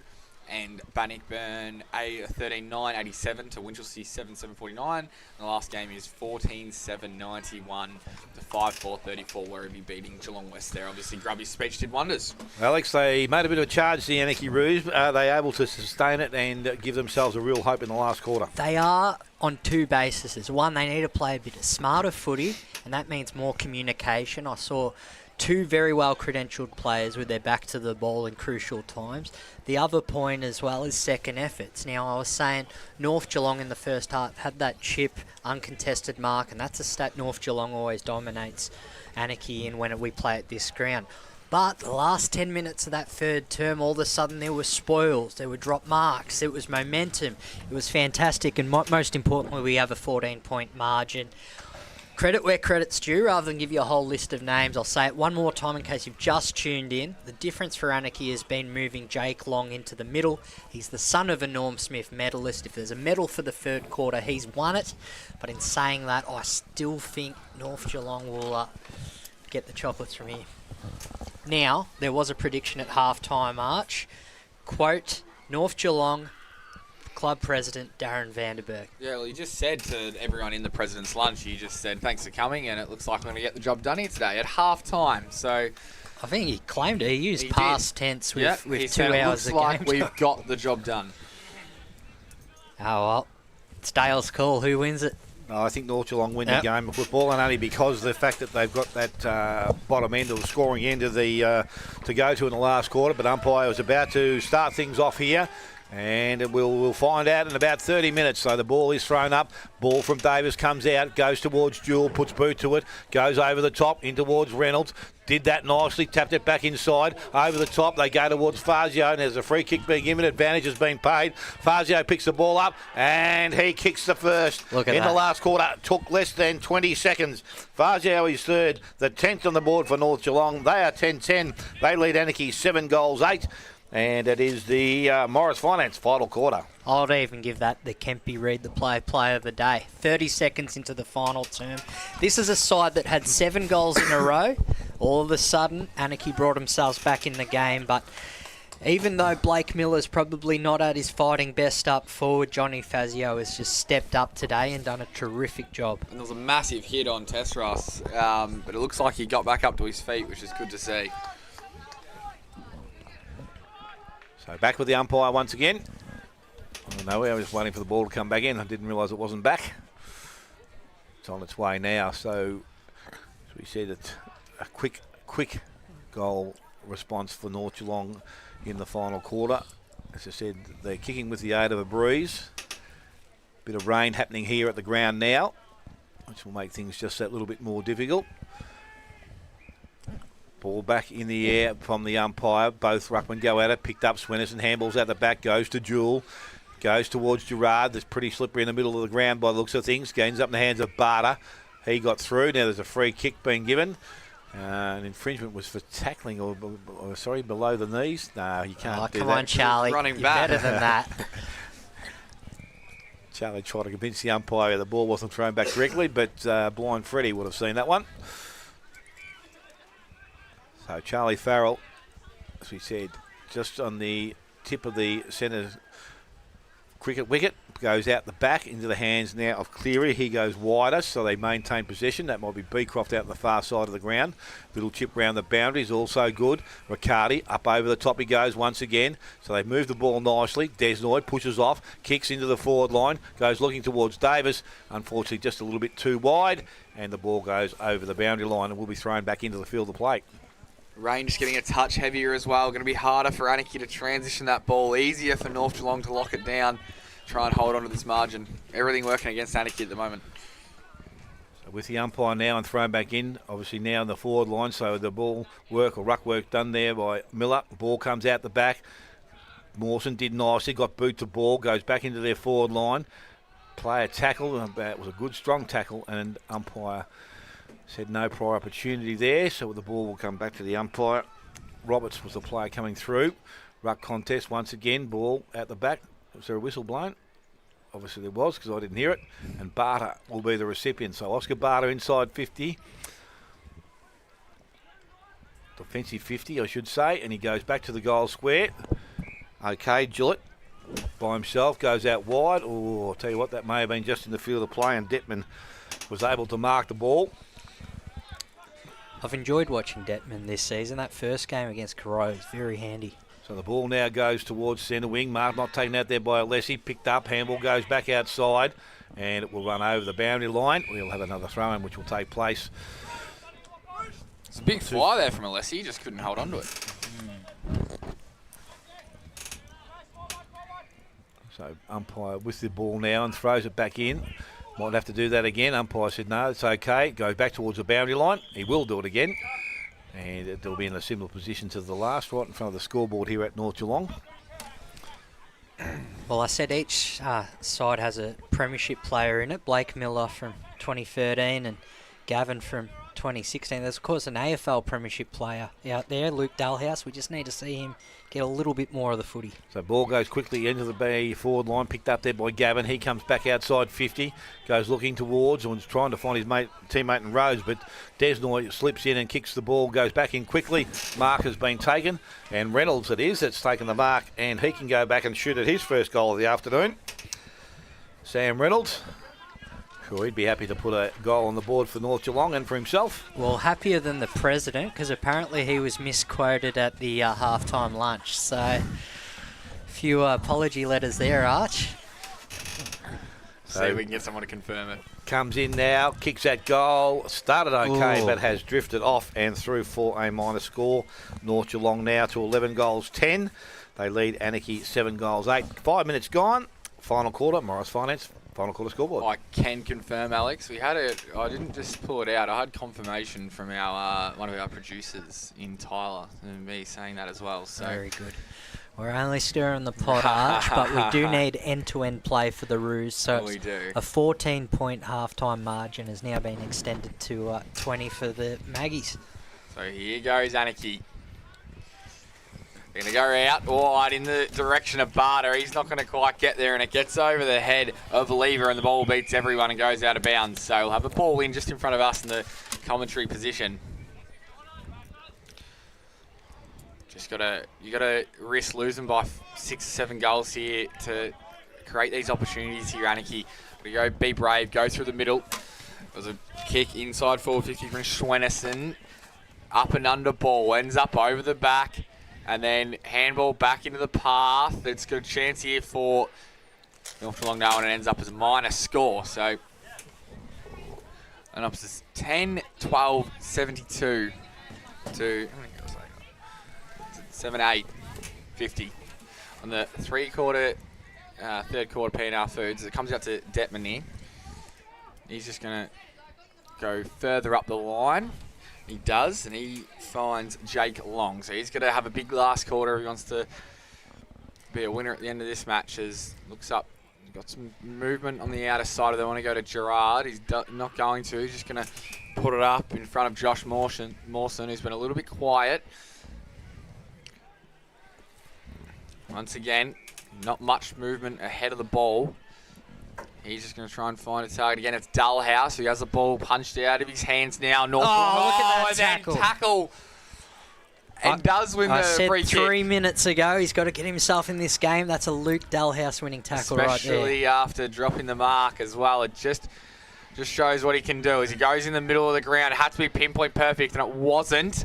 Now North Geelong win the ball back, and they go inside forward 50 here. Here they go. Handball up from Purcell. It was involved. And now the kick forward. And the mark taken by Reynolds. No more than 20 metres out. Not too much angle about it. How many times have they done that in match sim? Sensational from Miller. Just lowered his eyes. Got it on the boot. Reynolds said, I'll take it from here. It really is the setup as well. With North Geelong so set up around the ground, closing off any potential options that just causes a turnover every single time. Comes up now, Reynolds. Umpire shuffles a little bit and he misses to the near side. So another minor score for North Geelong. The second in a row, and 10-13, 72 for 50. Anakie on the the fourth quarter brought to you by Morris Finance. Pete McCarty getting a bit excited out there. I'm not too sure what's going on, but Anakie have got the ball now, full-back position. They're going to bring the ball to this side of the ground, which is a broadcast side of the ground. Ball in dispute at the ground level. McCarty is trying to work the ball up, but can't do it. Ball goes over the boundary line, so we'll have a throw-in which will take place out there. Again, that cricket wicket area. So half-forward line for North Geelong, who are back into attack. Said they've been able to win games, and that's what they've been doing. It's just enough to keep the opposition away. Ball from that ruck contest goes back towards the boundary line. Dalhouse will run to it and see the ball go back over the boundary line. No changes there, Alex, in the... No, it looks like Bell Post still 21 points up over the Hawks with 10 minutes to go. So the ball now thrown back into the field of play. Picked up. Good work there. Dalhouse gets the ball to Kavanagh. Kavanagh goes to Barter. Barter just loads up and goes long into their forward line. O'Brien's there. He did that nicely. He trapped the ball. Handballs back outside. Cleary, he looks up and goes into their half-forward line. Mark not taken back there. Coming at the ball now. Picked up. Goodwin got the handball. Went to kick back towards centre wing. Mark not taken again at ground level. Gerard had it. Got the handball over the top. Didn't travel that far. Into the hands there and cleared away. Brockenshire now with the ball. Goes back towards their centre half-forward position. Going back to fly the ball. Mark not taken, coming through, high tackle, and that is Noah Penny, I think it is. And he has been rewarded a free kick about 40 metres out, directly in front of goal. So Noah Penny. Back him to kick this, a very good kick off the boot. There you go. Commentator's curse has been put on him. So Noah Penny, as I said, directly in front of goal. And this would take the margin out to beyond 4 goals if he is able to kick true. Kicks that goal. Umpire hardly moves, and you have called it well. Noah Penny with his first of the afternoon. The 11th now for North Geelong. They're 11-13. They lead Anakie on 7 goals, 8. 10 minutes gone. Final quarter. Morris Finance scoreboard.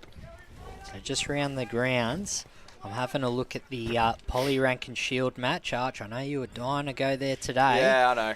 But Thompson 3-2-20, East Geelong 16-6, 102.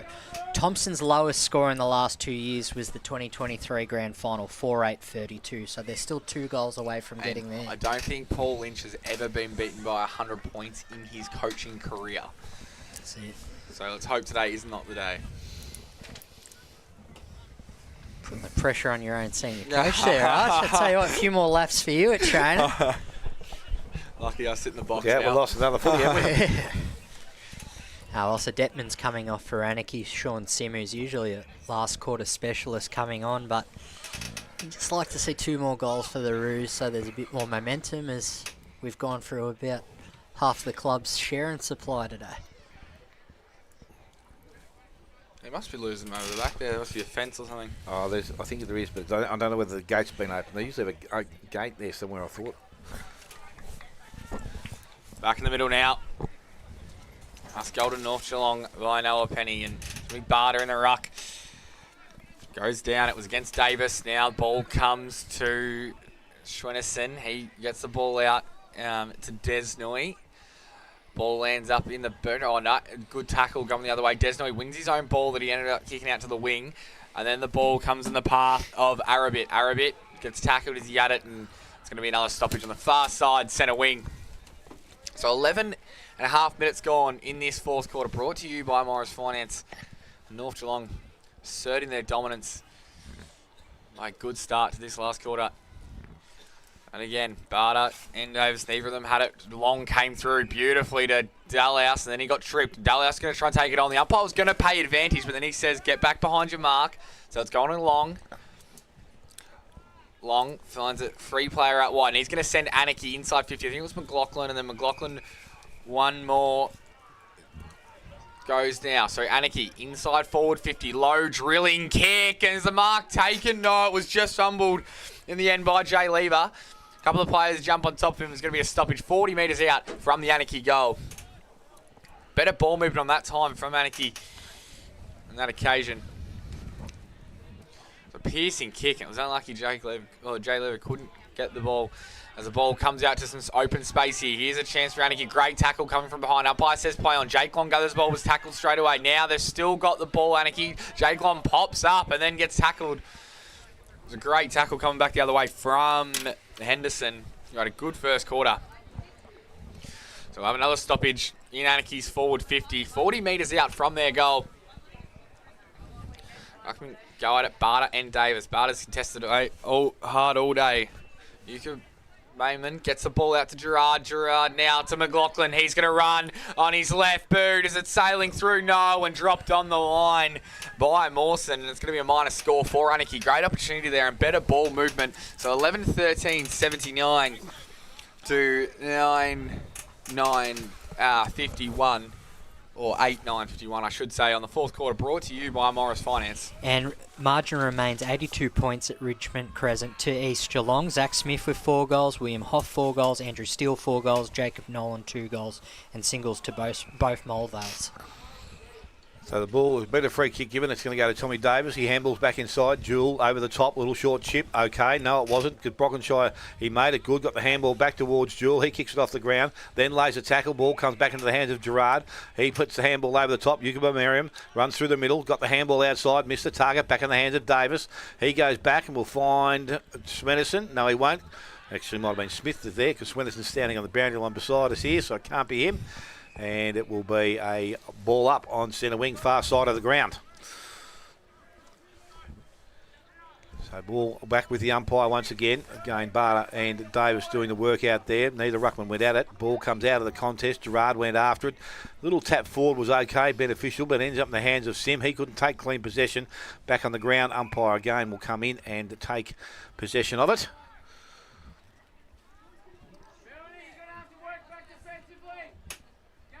Again, the ball thrown up by the umpire. Both ruck a little bit of hands on it. Into the hands of Long. He goes into their forward line. Mawson out in front. Doesn't take the mark. Ball comes to ground.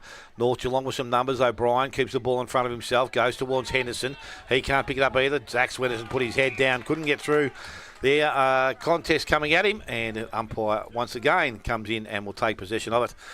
Ball up to take place. Inside forward 50. Anakie are pushing at the present time. Again, Davis this time, ball comes out. Oh, Gerard was taken without the ball then. Has to be a free kick. And he will be rewarded.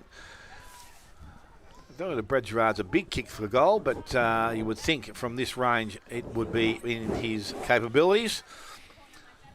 So Brad Gerard hasn't got a score on the board this afternoon. This will be his first, although he did look like he was going to pass the ball off then. So he comes in, he's got a kick of about 30 metres and directly in front. Runs a little bit of an arc, plays on, kicks long, kicks straight, and he has got his first of the afternoon. And the 8th goal now for Anakie. They move to 8-9, 11-13 North Geelong, and we have gone just over 16 minutes, Morris Finance final quarter scoreboard. I'll tell you what, Alex, I don't think it's the most conventional approach to goal from Brad Gerard, but they say whatever works. So Whatever works. I know you were putting Herschel under the spotlight after he kicked 10. I was, so yeah. you are a bit of a critic. Nonetheless, now's the time for Anakie to put the foot on the pedal again, all right?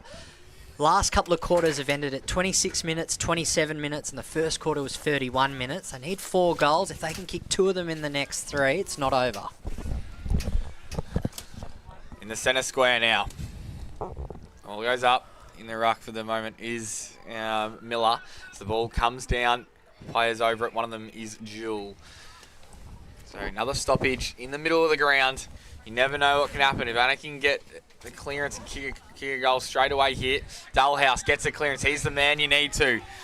Now you can bury him. He's going to go long inside 50 for Anakie. Off hands. Bosley couldn't quite. No free kick. Anakie wanted it. Now Gerard, the last goal kicker. He's going to gather the ball, get tackled straight away, but gets the ball out. It just got past. I think it might have been Jake Long as they're going to go back in the middle now through Jewel and Desnoy and then up further to Miller. How's that for a height mismatch? Sim versus Miller. And it looks like it might have been Miller might have injured himself. Hopefully he's all right. He's just limping a little bit as the ball ends up out of bounds. 70 metres out from North Geelong's goal. And look at the quick transition play when North Geelong get the ball. They just go bang, bang, bang, and next thing you know, it's in their forward 50. I think Gerard had the right idea. He saw a player in his peripheral. The problem was he was just running too hot. That's how fit the North Geelong side are this season. They are, as the ball comes back in. Miller looks to be all right. Barter pushes his opponent under the ball, and illegally the umpire says, although the advantage is paid. Deep inside forward 50 for North Geelong. Can they kick a goal here and seal it up? No, they can't.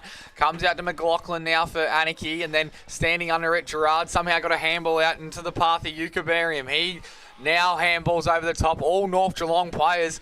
Now they're going to go inside 50. I think Schwenneson it was, and kicks it down the throat of Brad Gerard, who's been involved in everything the last 5 or so minutes. Oh no, it was McLaughlin. So McLaughlin down the line now, trying to get to Barter, and his counterpart in Miller does take the mark. He's been very busy this last quarter as well. He's just going to chip this one up into the path, one of his forwards, and McLaughlin stands up. They're playing kick to kick with each other at the moment. Matthew McLaughlin. Well, Sean Sim was the hero round 18 last year, taking all these defensive marks against the reigning premier. Now it's a bloke that's probably even shorter than him in McLaughlin on this occasion. So Herrera, good win on the outer side now. Some good ball movement from Anakie. Chip mark style play. Dalhouse wants it down long. I don't know if he's going to fly. He may. He's going to get to the front of the contest and try and rove it. It might come out to him now. It does. No, it just couldn't quite. Mason Rhodes, his co-captain, did try and feed the handball out to him, but he couldn't quite get it out there. So 11-13, 79, leading 57. Anakie, 90 minutes gone in this fourth quarter. Morris finances. The ball's back up again now. Varda got it out to Mawson, who is trying to get it to Long, and then it gets out the back now. It's a foot race, and the ball might end up out of bounds. Eventually it does. So we're going to have a stoppage, and 70 metres out from Anakie's goal, we're going to have a ball in. How much time left, Arch, for our radio listeners? There's 19.5 minutes gone. Okay. Not impossible.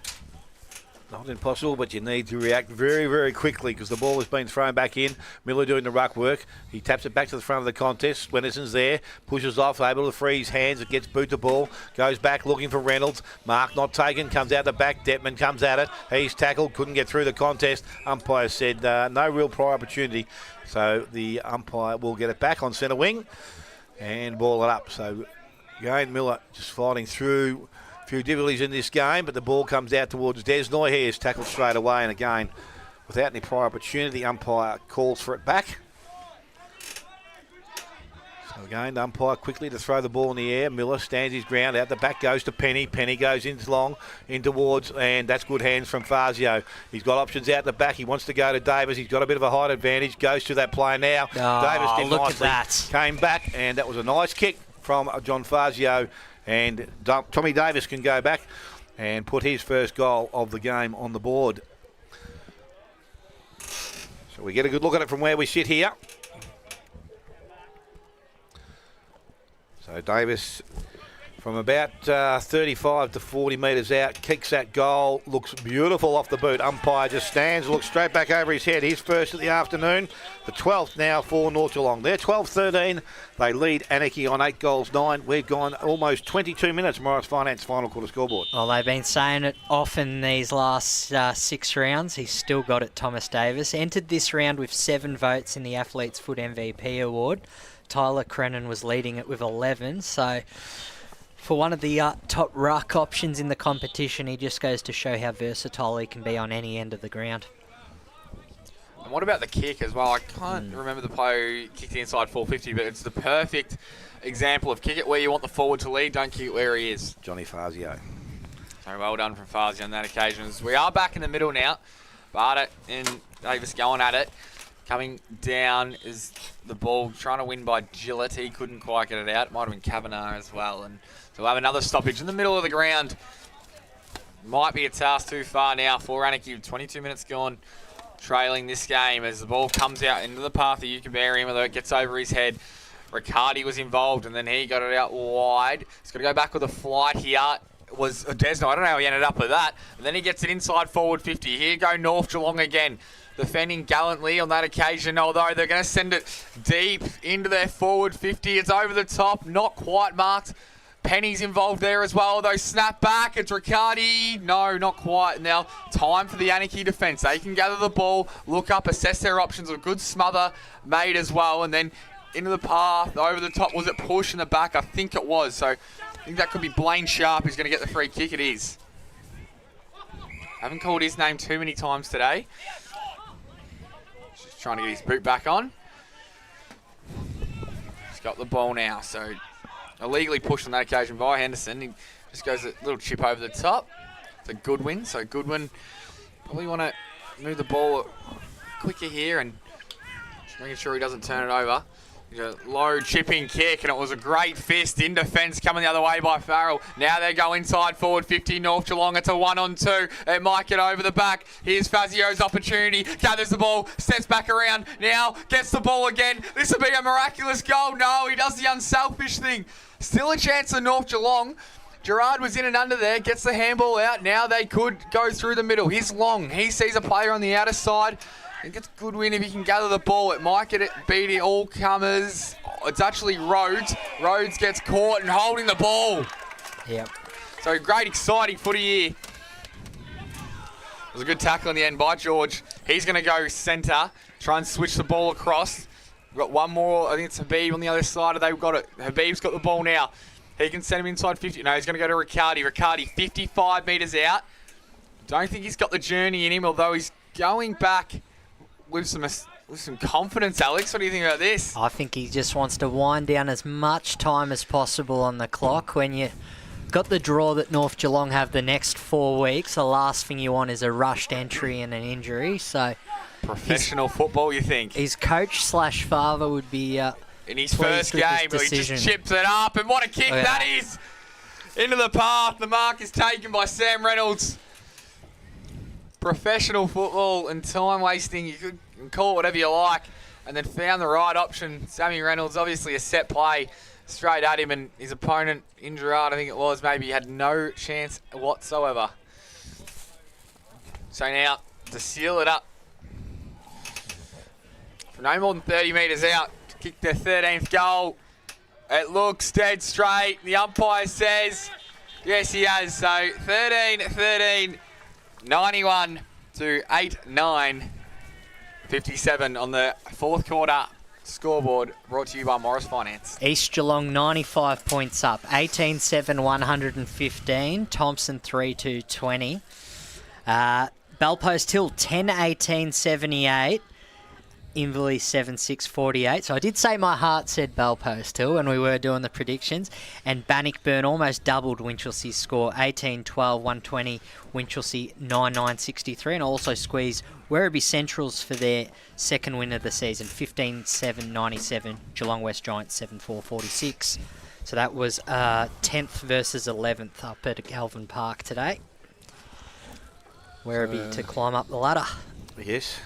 Inspirational words from the special comments man in grubby cases. Maybe just lifted him today, but ball back in the middle of the ground, gets up there and goes forward. Tom Swennerson gets the ball to the half-forward line. Habib gets the handball back inside, went looking for him. There was a free kick being given. Obviously, the disposal wasn't correct, and the free kick will go to Anakie, and it ends up in the hands of Barter now on centre wing.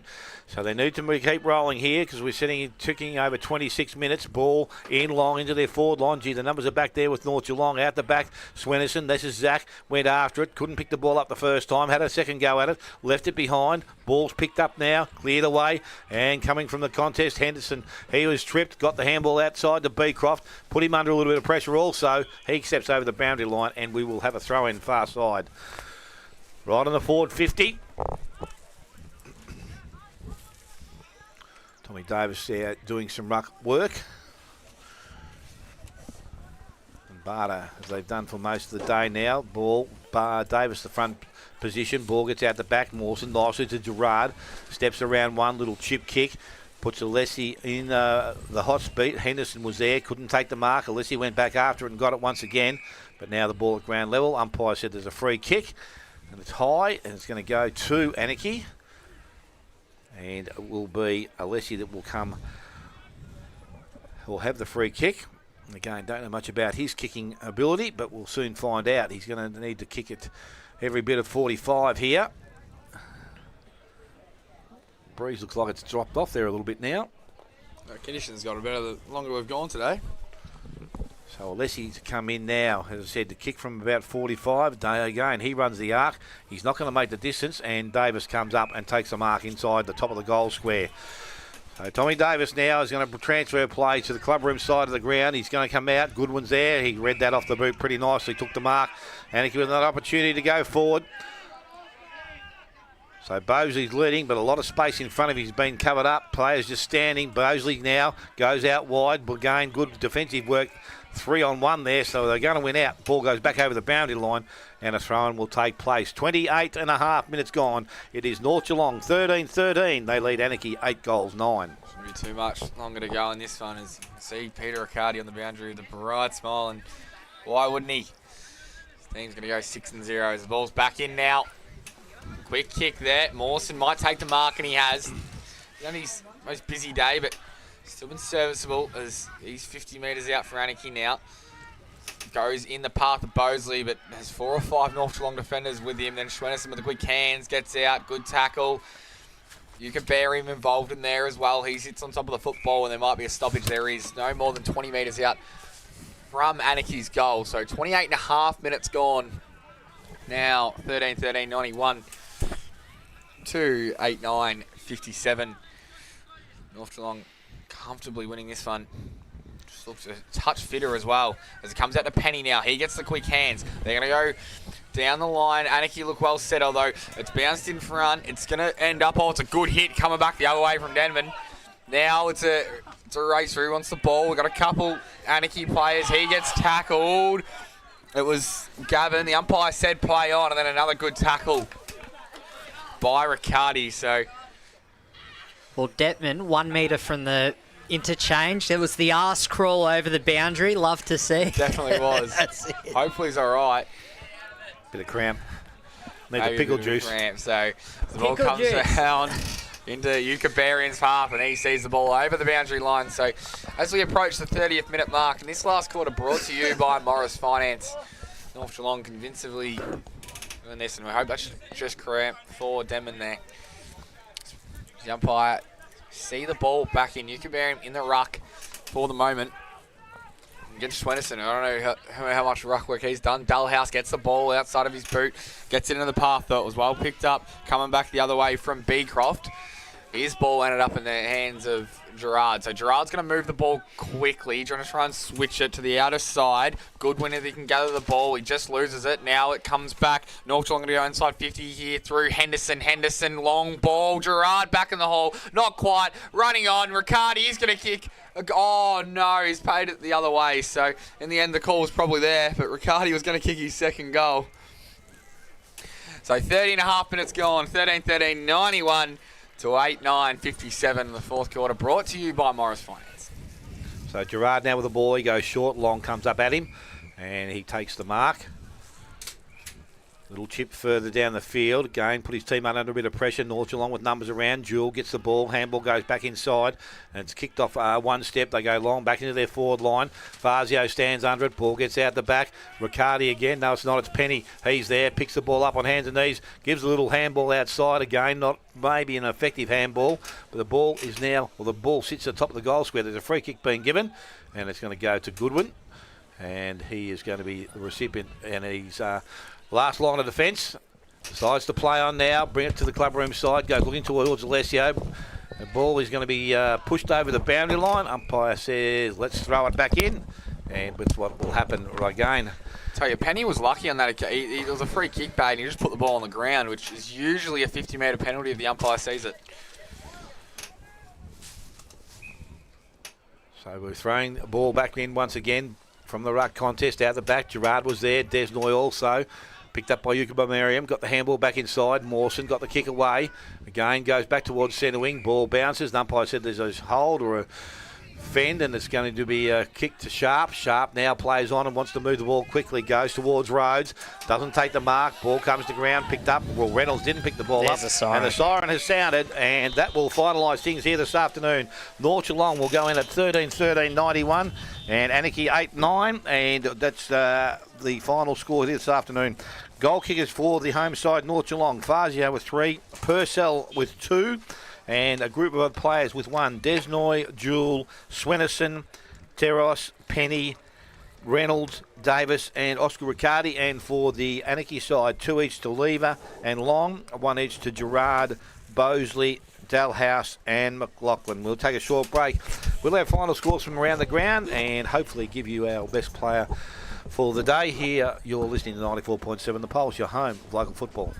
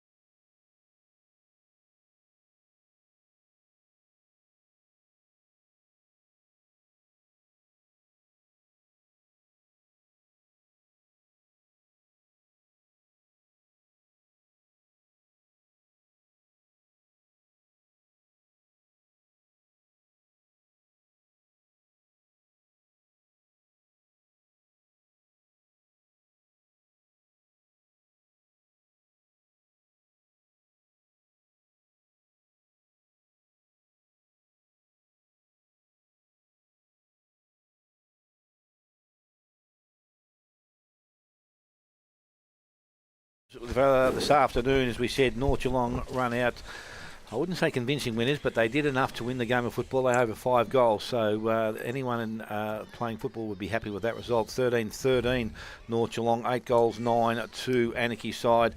Final scores from around the ground earlier on today. Belmont Lions 140 defeated Corio 67.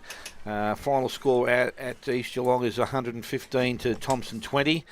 Belpost Hill, final score 78, defeated Inverleigh 48, of 30-point winners there. Bannockburn is still going, but it's got 120 to 63. They will win easily, and also Werribee convincing today, 97, nearly a 40-point win over Geelong West, 46.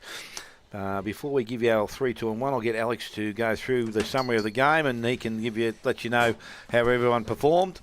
And then we'll give our 3, 2, 1, go through our sponsors and decide where we're going to take the trip to next weekend. I'm not putting on a Richard Grubby-Cations impression here. I just generally can't find someone for North Geelong that didn't perform. So if you listen to us, you didn't click on the live stream, but you're with a car radio and everything, I just want to set the visual. Every time Anakie went forward, more often than not, there was 2 North Geelong defenders to the key Anakie forward. At some point, there was even, when I was at ground level, I saw like 4 North Geelong jumpers to 1 Anakie jumper. They were just a touch fitter. They're well drilled. Again, Desnoy got a Whitley medal vote when they lost last year. He was very valuable. Zach Schwennerson, very smart footballer. He tried to rattle a few Anakie players when he was off the ball, but when he had the ball, he was very handy, as was his brother, who I think is the running candidate for the Interleague captaincy in our under-25 game coming up next month.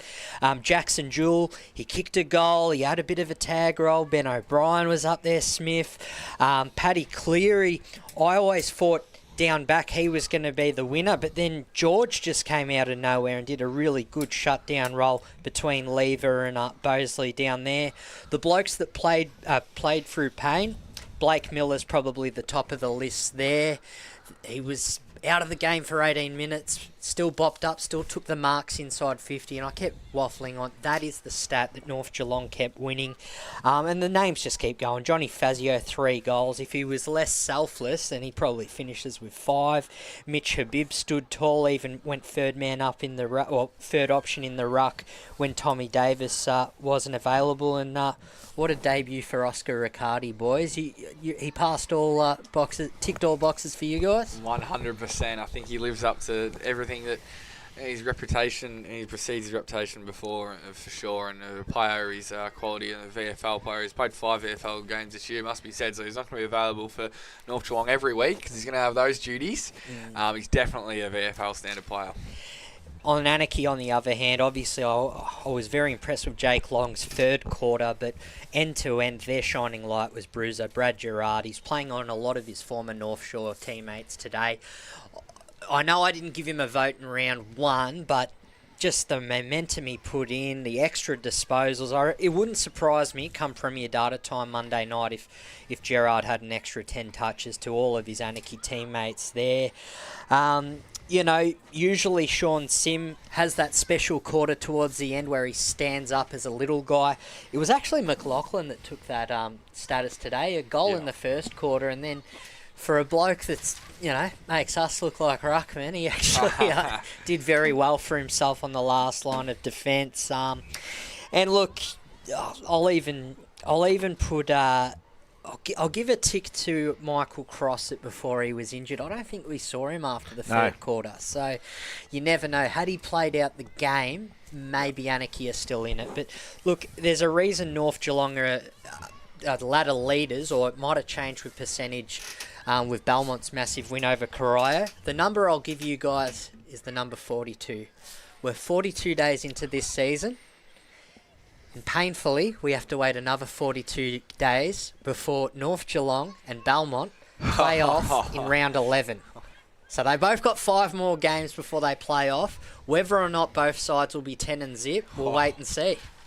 And sorry, Grubby just texted in and said Werribee won by 51 points. So sorry, Grub, for me maths, but at least you're still on the ball, and obviously by the sounds of it, out of the bar as well. So that's even better. He must be in the car. It would be too cold for him to be up there anyway in that fancy new rooms they've got up the top there. So well, the text I got was "Watch your language," which is a bit rich given the history of this chair. But Grubby, I'm sure you did an incredible job up there, and I'm sure the listeners are begging for you to come back next week. But the votes.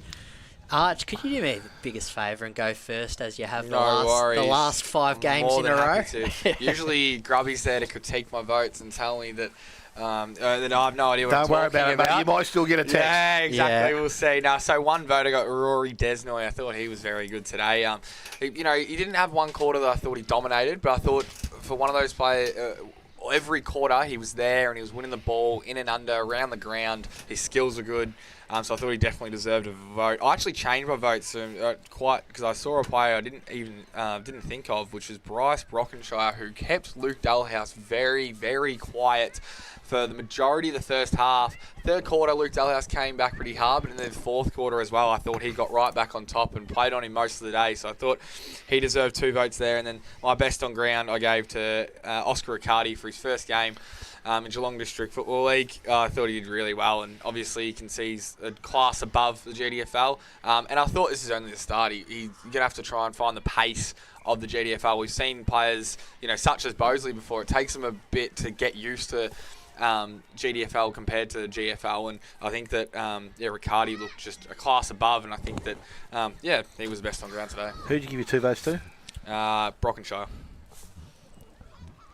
Alex? Oh, this is, I'm proud to say I did this with you guys for 3 seasons a decade ago, and I've filled in 4 games since I moved back to Vic. This is the hardest game I've ever had to give votes for, which is the ultimate compliment to Peter Riccardi and Keegan Carr and Jared Bryant, the whole North Geelong coaching staff. So I'm gonna ignore the text coming from Grubby after the text I just read after your votes, because mine's gonna be even harsher. But look, I'm gonna give the 1 vote to Gerard, and he was just the shining light for Anakie from start to finish.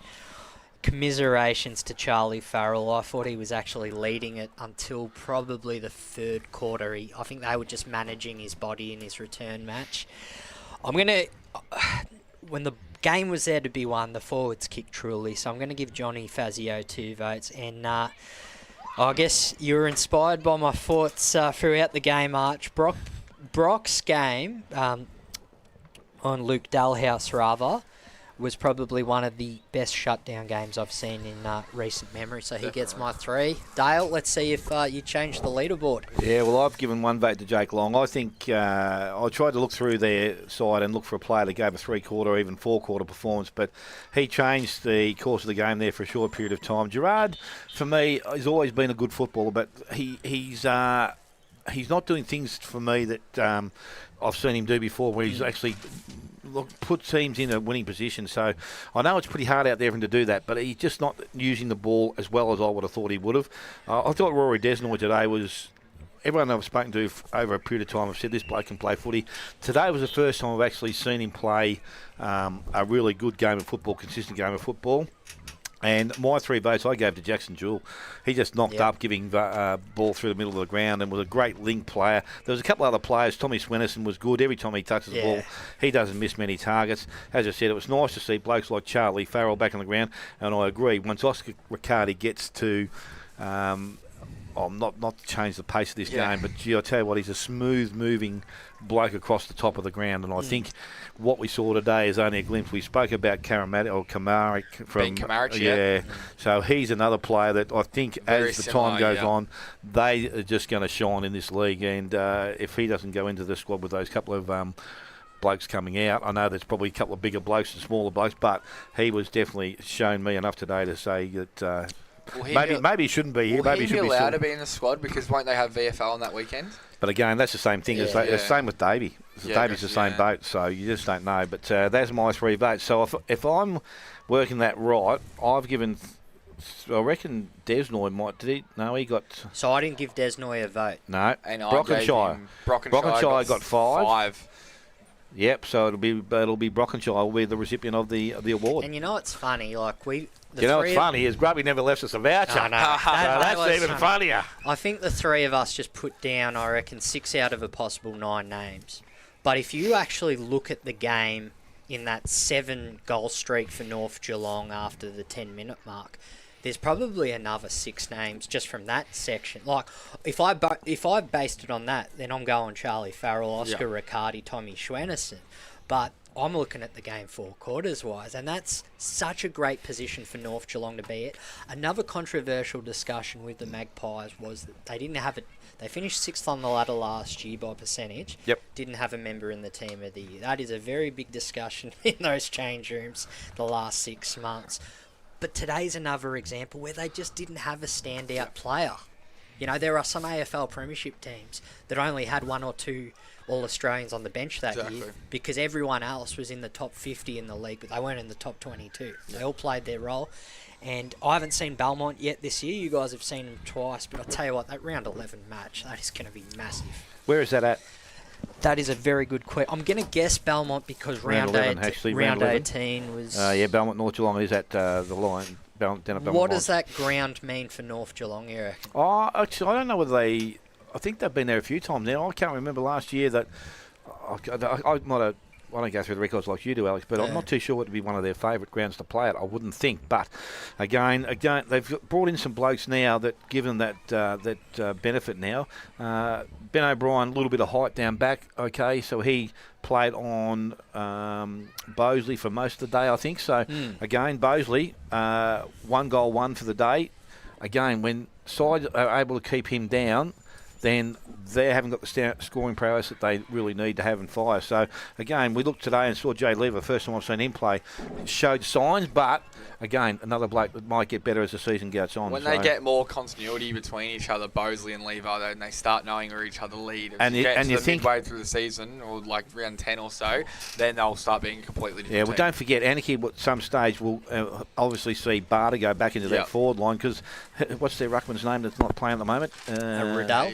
Yes. Yes, yeah. So they've got 3 good blokes to have in that forward line, providing that they can all fit into the point system. Because obviously 48 or 48 today, and without those blokes playing, so I'm not too sure how that works with one coming back and the rest of them going out. So they mightn't be able to play all them 4. But again, you don't know whether some of these other blokes that are in there at high points might have dropped out as well. So that's something that they have to work out in time. To the Anakie fans listening, I just want to say it was with deep regret last week we couldn't cover the centenary match. We did drive the truck out the night before and were unable to cover it. Would have been a fantastic spectacle. In saying that, I'll ask Dale because he was here in round 1. The Anakie side you saw go down by a goal to Corio versus the Anakie side today against maybe one of the premiership favourites. And there's a big emphasis on that maybe still. Yep. Which Anakie side was better? Like, did you think today's performance was lacking to round 1, or did you actually think today, like... No, again, I think both games similar because they... Well, as I said, in that game there in the third quarter, they kicked 2 goals, 7, you know. And again, that makes a hell of a difference. It's just being able to score. You've got to create opportunities for yourself. But again, there was some blokes that played there. There's Sharqueen Cox. Now, he to me, that day out of Corio, I'm not too sure that he's played a lot of footy since that point. But he looked good off the half-back flank. Another bloke that seems to not have great pace, but he just knows how to move and get a football. Yep. Jaden Davey was the other one, and we just spoke about having Braden Riddle back in that side. Paul Redout was he another bloke that provided another taller option for them. So they may have some injuries there that are low time as well. Yep. As we deal with that Pink Floyd echo right there, Robert Cannon was out with gastro as well. I can't remember if he played round 1. And the other name I just had a glance at that played... anyways, I've already forgot. Alex Gear was another one. But Arch. Just something I noticed today, lads, was just you can put it down to the pressure from North Geelong, but Anakie just struggled to move the ball quickly. And when you have that slow ball movement, it's so easy and predictable when you know you're going to go long down the line. Even though they tried a couple of times to go shorter, it ended up being a turnover, and especially in conditions that aren't the best for, trying to be real pinpoint methodical. You got to use your hands and you got to go through the middle, and they just didn't do that today, and it definitely showed. But you know what? That's testament to Peter Riccardi and obviously the setup that he has behind the ball. Now, big thank you to our sponsors today. They know who they are. I'll even comment them on our Facebook page because we've only got 3 more minutes till the Elvis Hour. The King is ready to do his thing as he does every Saturday. 6 mouth-watering games. Who's playing next week, boys? Yeah, we've got the Giants come up against Belmont Lions. We've got Corio taking on Belpost Hill. Anakie take on Werribee Centrals. Thompson take on Bannockburn. Inverleigh East Geelong. And we have got Winchelsea versus North Geelong. Now, I'm not too sure what you do here because after today's game with Thompson and injuries, playing Bannockburn at home, I'm not saying it's not going to be a poor game. Yep. But that would have been the game to go and see. Inverleigh and East Geelong again after the performance today of Inverleigh. I'm not too sure whether we go out there. And we've got Winchelsea taking on North Geelong, and again Winchelsea after their performance today. So we've got three games where sides have performed pretty poorly. All I'll say, Alex, is there is a rumour that Thompson may have a mid-season signing that's going to make his debut next week. They'll need more than one. The ex-Essendon and GWS mid halfback. What are his initials and say his full name? Devon Smith. Very good. There we go. Nah, look, we're in a very healthy part of the season. As is every week, I'll let you two and Grubby decide. So it doesn't have to be picked on air as long as you guys give me an answer by Sunday. I do want to give out a shout out to everyone at Winchelsea. It's their past players next week, and it's the 30-year reunion of the 1995 Colac District and Footy League Reserves Premiership team. So their last senior premiership was in 87. That would have been with Alan Woodman, I'm guessing. But Winchelsea 13-17-95 defeated Illawarra at Biak in the Resi's Grand Final 7-6, 46, 30 years ago. So massive past players day for Winchelsea next week, playing host to North Geelong. So they'll probably go in as underdog based on these results. But guys, whatever choice you make in round 7 will be the right one. How does that sound? Well, sounds good. I reckon we go and see Thompson and Bannockburn. You reckon? Traditional clash of the Tigers. Yeah, I'm happy with that. Yeah, sure. That's Thompson Bannockburn. Well, Archie's if Grubby had any choice, he lost 2-1. So it's the battle of the Tigers. Right, battle of the Tigers next weekend out at Pizza Park, and that will be Thompson taking on Bannockburn. So to everybody here this afternoon that's been listening and viewers at home, and obviously to all our sponsors that again help us out week in, week out, and through the course of the year, we say thank you to all of those people and look forward to seeing you again here next week. You'll listen to 94.7 The Pulse, your home of local football. Got Alan next week. I won't be in next week. Right.